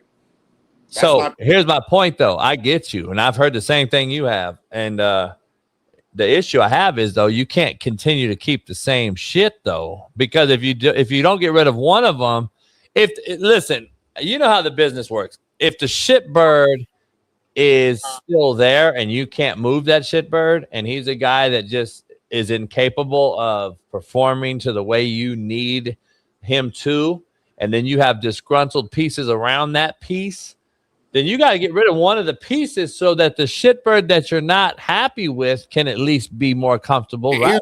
Here's the dilemma, JB. Even though it sounds crazy, but that's fact, because this kid... JB, here's the dilemma internally. They've been to 2 Super Bowls and won one in the last 4 years with this same group. I know. So it's hard. And not to change topics, but somebody in the chat, a couple people call me a snitch. You motherfucking right. Snitch is a criminal term, dog. Let's be really clear here for all you suckers out there that don't understand what snitch means. Snitch is a term that was devised in the criminal world for 2 criminals who are doing crime. And one of them gets arrested, and the other person that was committing or involved in the crime with that person tells to save themselves. Snitch has no connotation, attachment, or precedent in the civilian world. Let's get that clear. I don't live by no criminal motherfucking rules. I'm a civilian. I don't do nothing illegal. Listen, I keep it. So if you do some shit around me and I get involved in it because of your dumb ass, I am telling. I'm a civilian. Don't do nothing around me. That's real plain and simple. Hey, we'll end the show like this, man. Bailey, if you have that video I sent you, I had a little viral moment yesterday because all my bags broke. Because in California, they banned plastic bags. And I'm so fucking tired of this bullshit paper bag shit. It is egregious. So tell me what you think. All my bags broke in the driveway. Ruben didn't help at all. He came out to visit and take a look. I don't believe that. You lying. Ruben always your number one. Another day, another dollar, man. $250 on basically nothing at the grocery store. But listen, that's a me problem, not yours. Here's what I don't get. Every fucking bag is broken. One, split on the driveway. Split, broke the chip. Chip broke. Nice job. Chip broke. Hey, we're saving fucking plastic. Good job. Oh, nice fucking bag right here. Nice one. Nice one. You know what don't break? The shit you have this fucking water wrapped in plastic, you fucking moron. That don't break. How the old ladies carry this shit? How about when it rains, you fucking demonic fuck? But this don't fucking break, does it, huh? How about this? How about this? I'm your fucking curls with this shit. What a fucking joke. Why is the water wrapped in plastic, you fuck? Why are all the shit in plastic? What's this? What's this, Goot Newsom? You fucking genius? What a fucking joke you are. So first of all, some idiot in the chat said it was staged. How the fuck do I stage something? And I don't do shit for clicks and likes. I just do exactly what happened at the spur of the moment, or I wouldn't even did the video. That shit happened literally at the fucking moment it happened, Shaun. I was so fucking hot. because the shit blew out all over the driveway once I grabbed one bag. And if anyone in California, they feel me. They feel my pain. You guys know my pain. I don't fucking stage shit. That's 1,000% accurate right there. That's what happened live time. I have chips all in the driveway. If I wasn't lazy, I'd go out and film the chips in the driveway. The shit is egregious. It's a joke. With everything else, Shaun, is in plastic. Can I say something? It's wrapped in plastic, Shaun. Everything's wrapped in plastic, Shaun. But when you get to the checkout line, guess what? They give you paper. Hey, y'all. Listen. JB goes to a grocery store. The self-checkout don't work. The people that work there don't know how to get the self-checkout to work. Like, he go to a grocery store, the light is dim in there. It ain't bright. The floor kind of dirty. Like, he ain't at like no real grocery store talk. He over there. I don't even know. I don't even call this shit we went to a grocery store. Like, I think some gang members pulled up on us when we was walking in. Like, it was a dude. Yeah, cartel. But it was bomb food, though. It was a dude, like, selling insurance right outside the grocery store. Like, so I ain't going to put no smut on, like, a real grocery store day. Like, you get what you pay for, JB. Like, you really need to upgrade your choice of grocery shopping placement. No, like, it's a California thing now, Shaun. You can't. It's everywhere. It's no more plastic bags, which is the stupidest shit ever. But the water is wrapped in plastic. And by the way, what are bottled water in? What do you drink it out of? Bottled water, by the bottle. But what is this? Plastic. Oh. We'll see you tomorrow. Talk that talk Tuesday, man. Peace.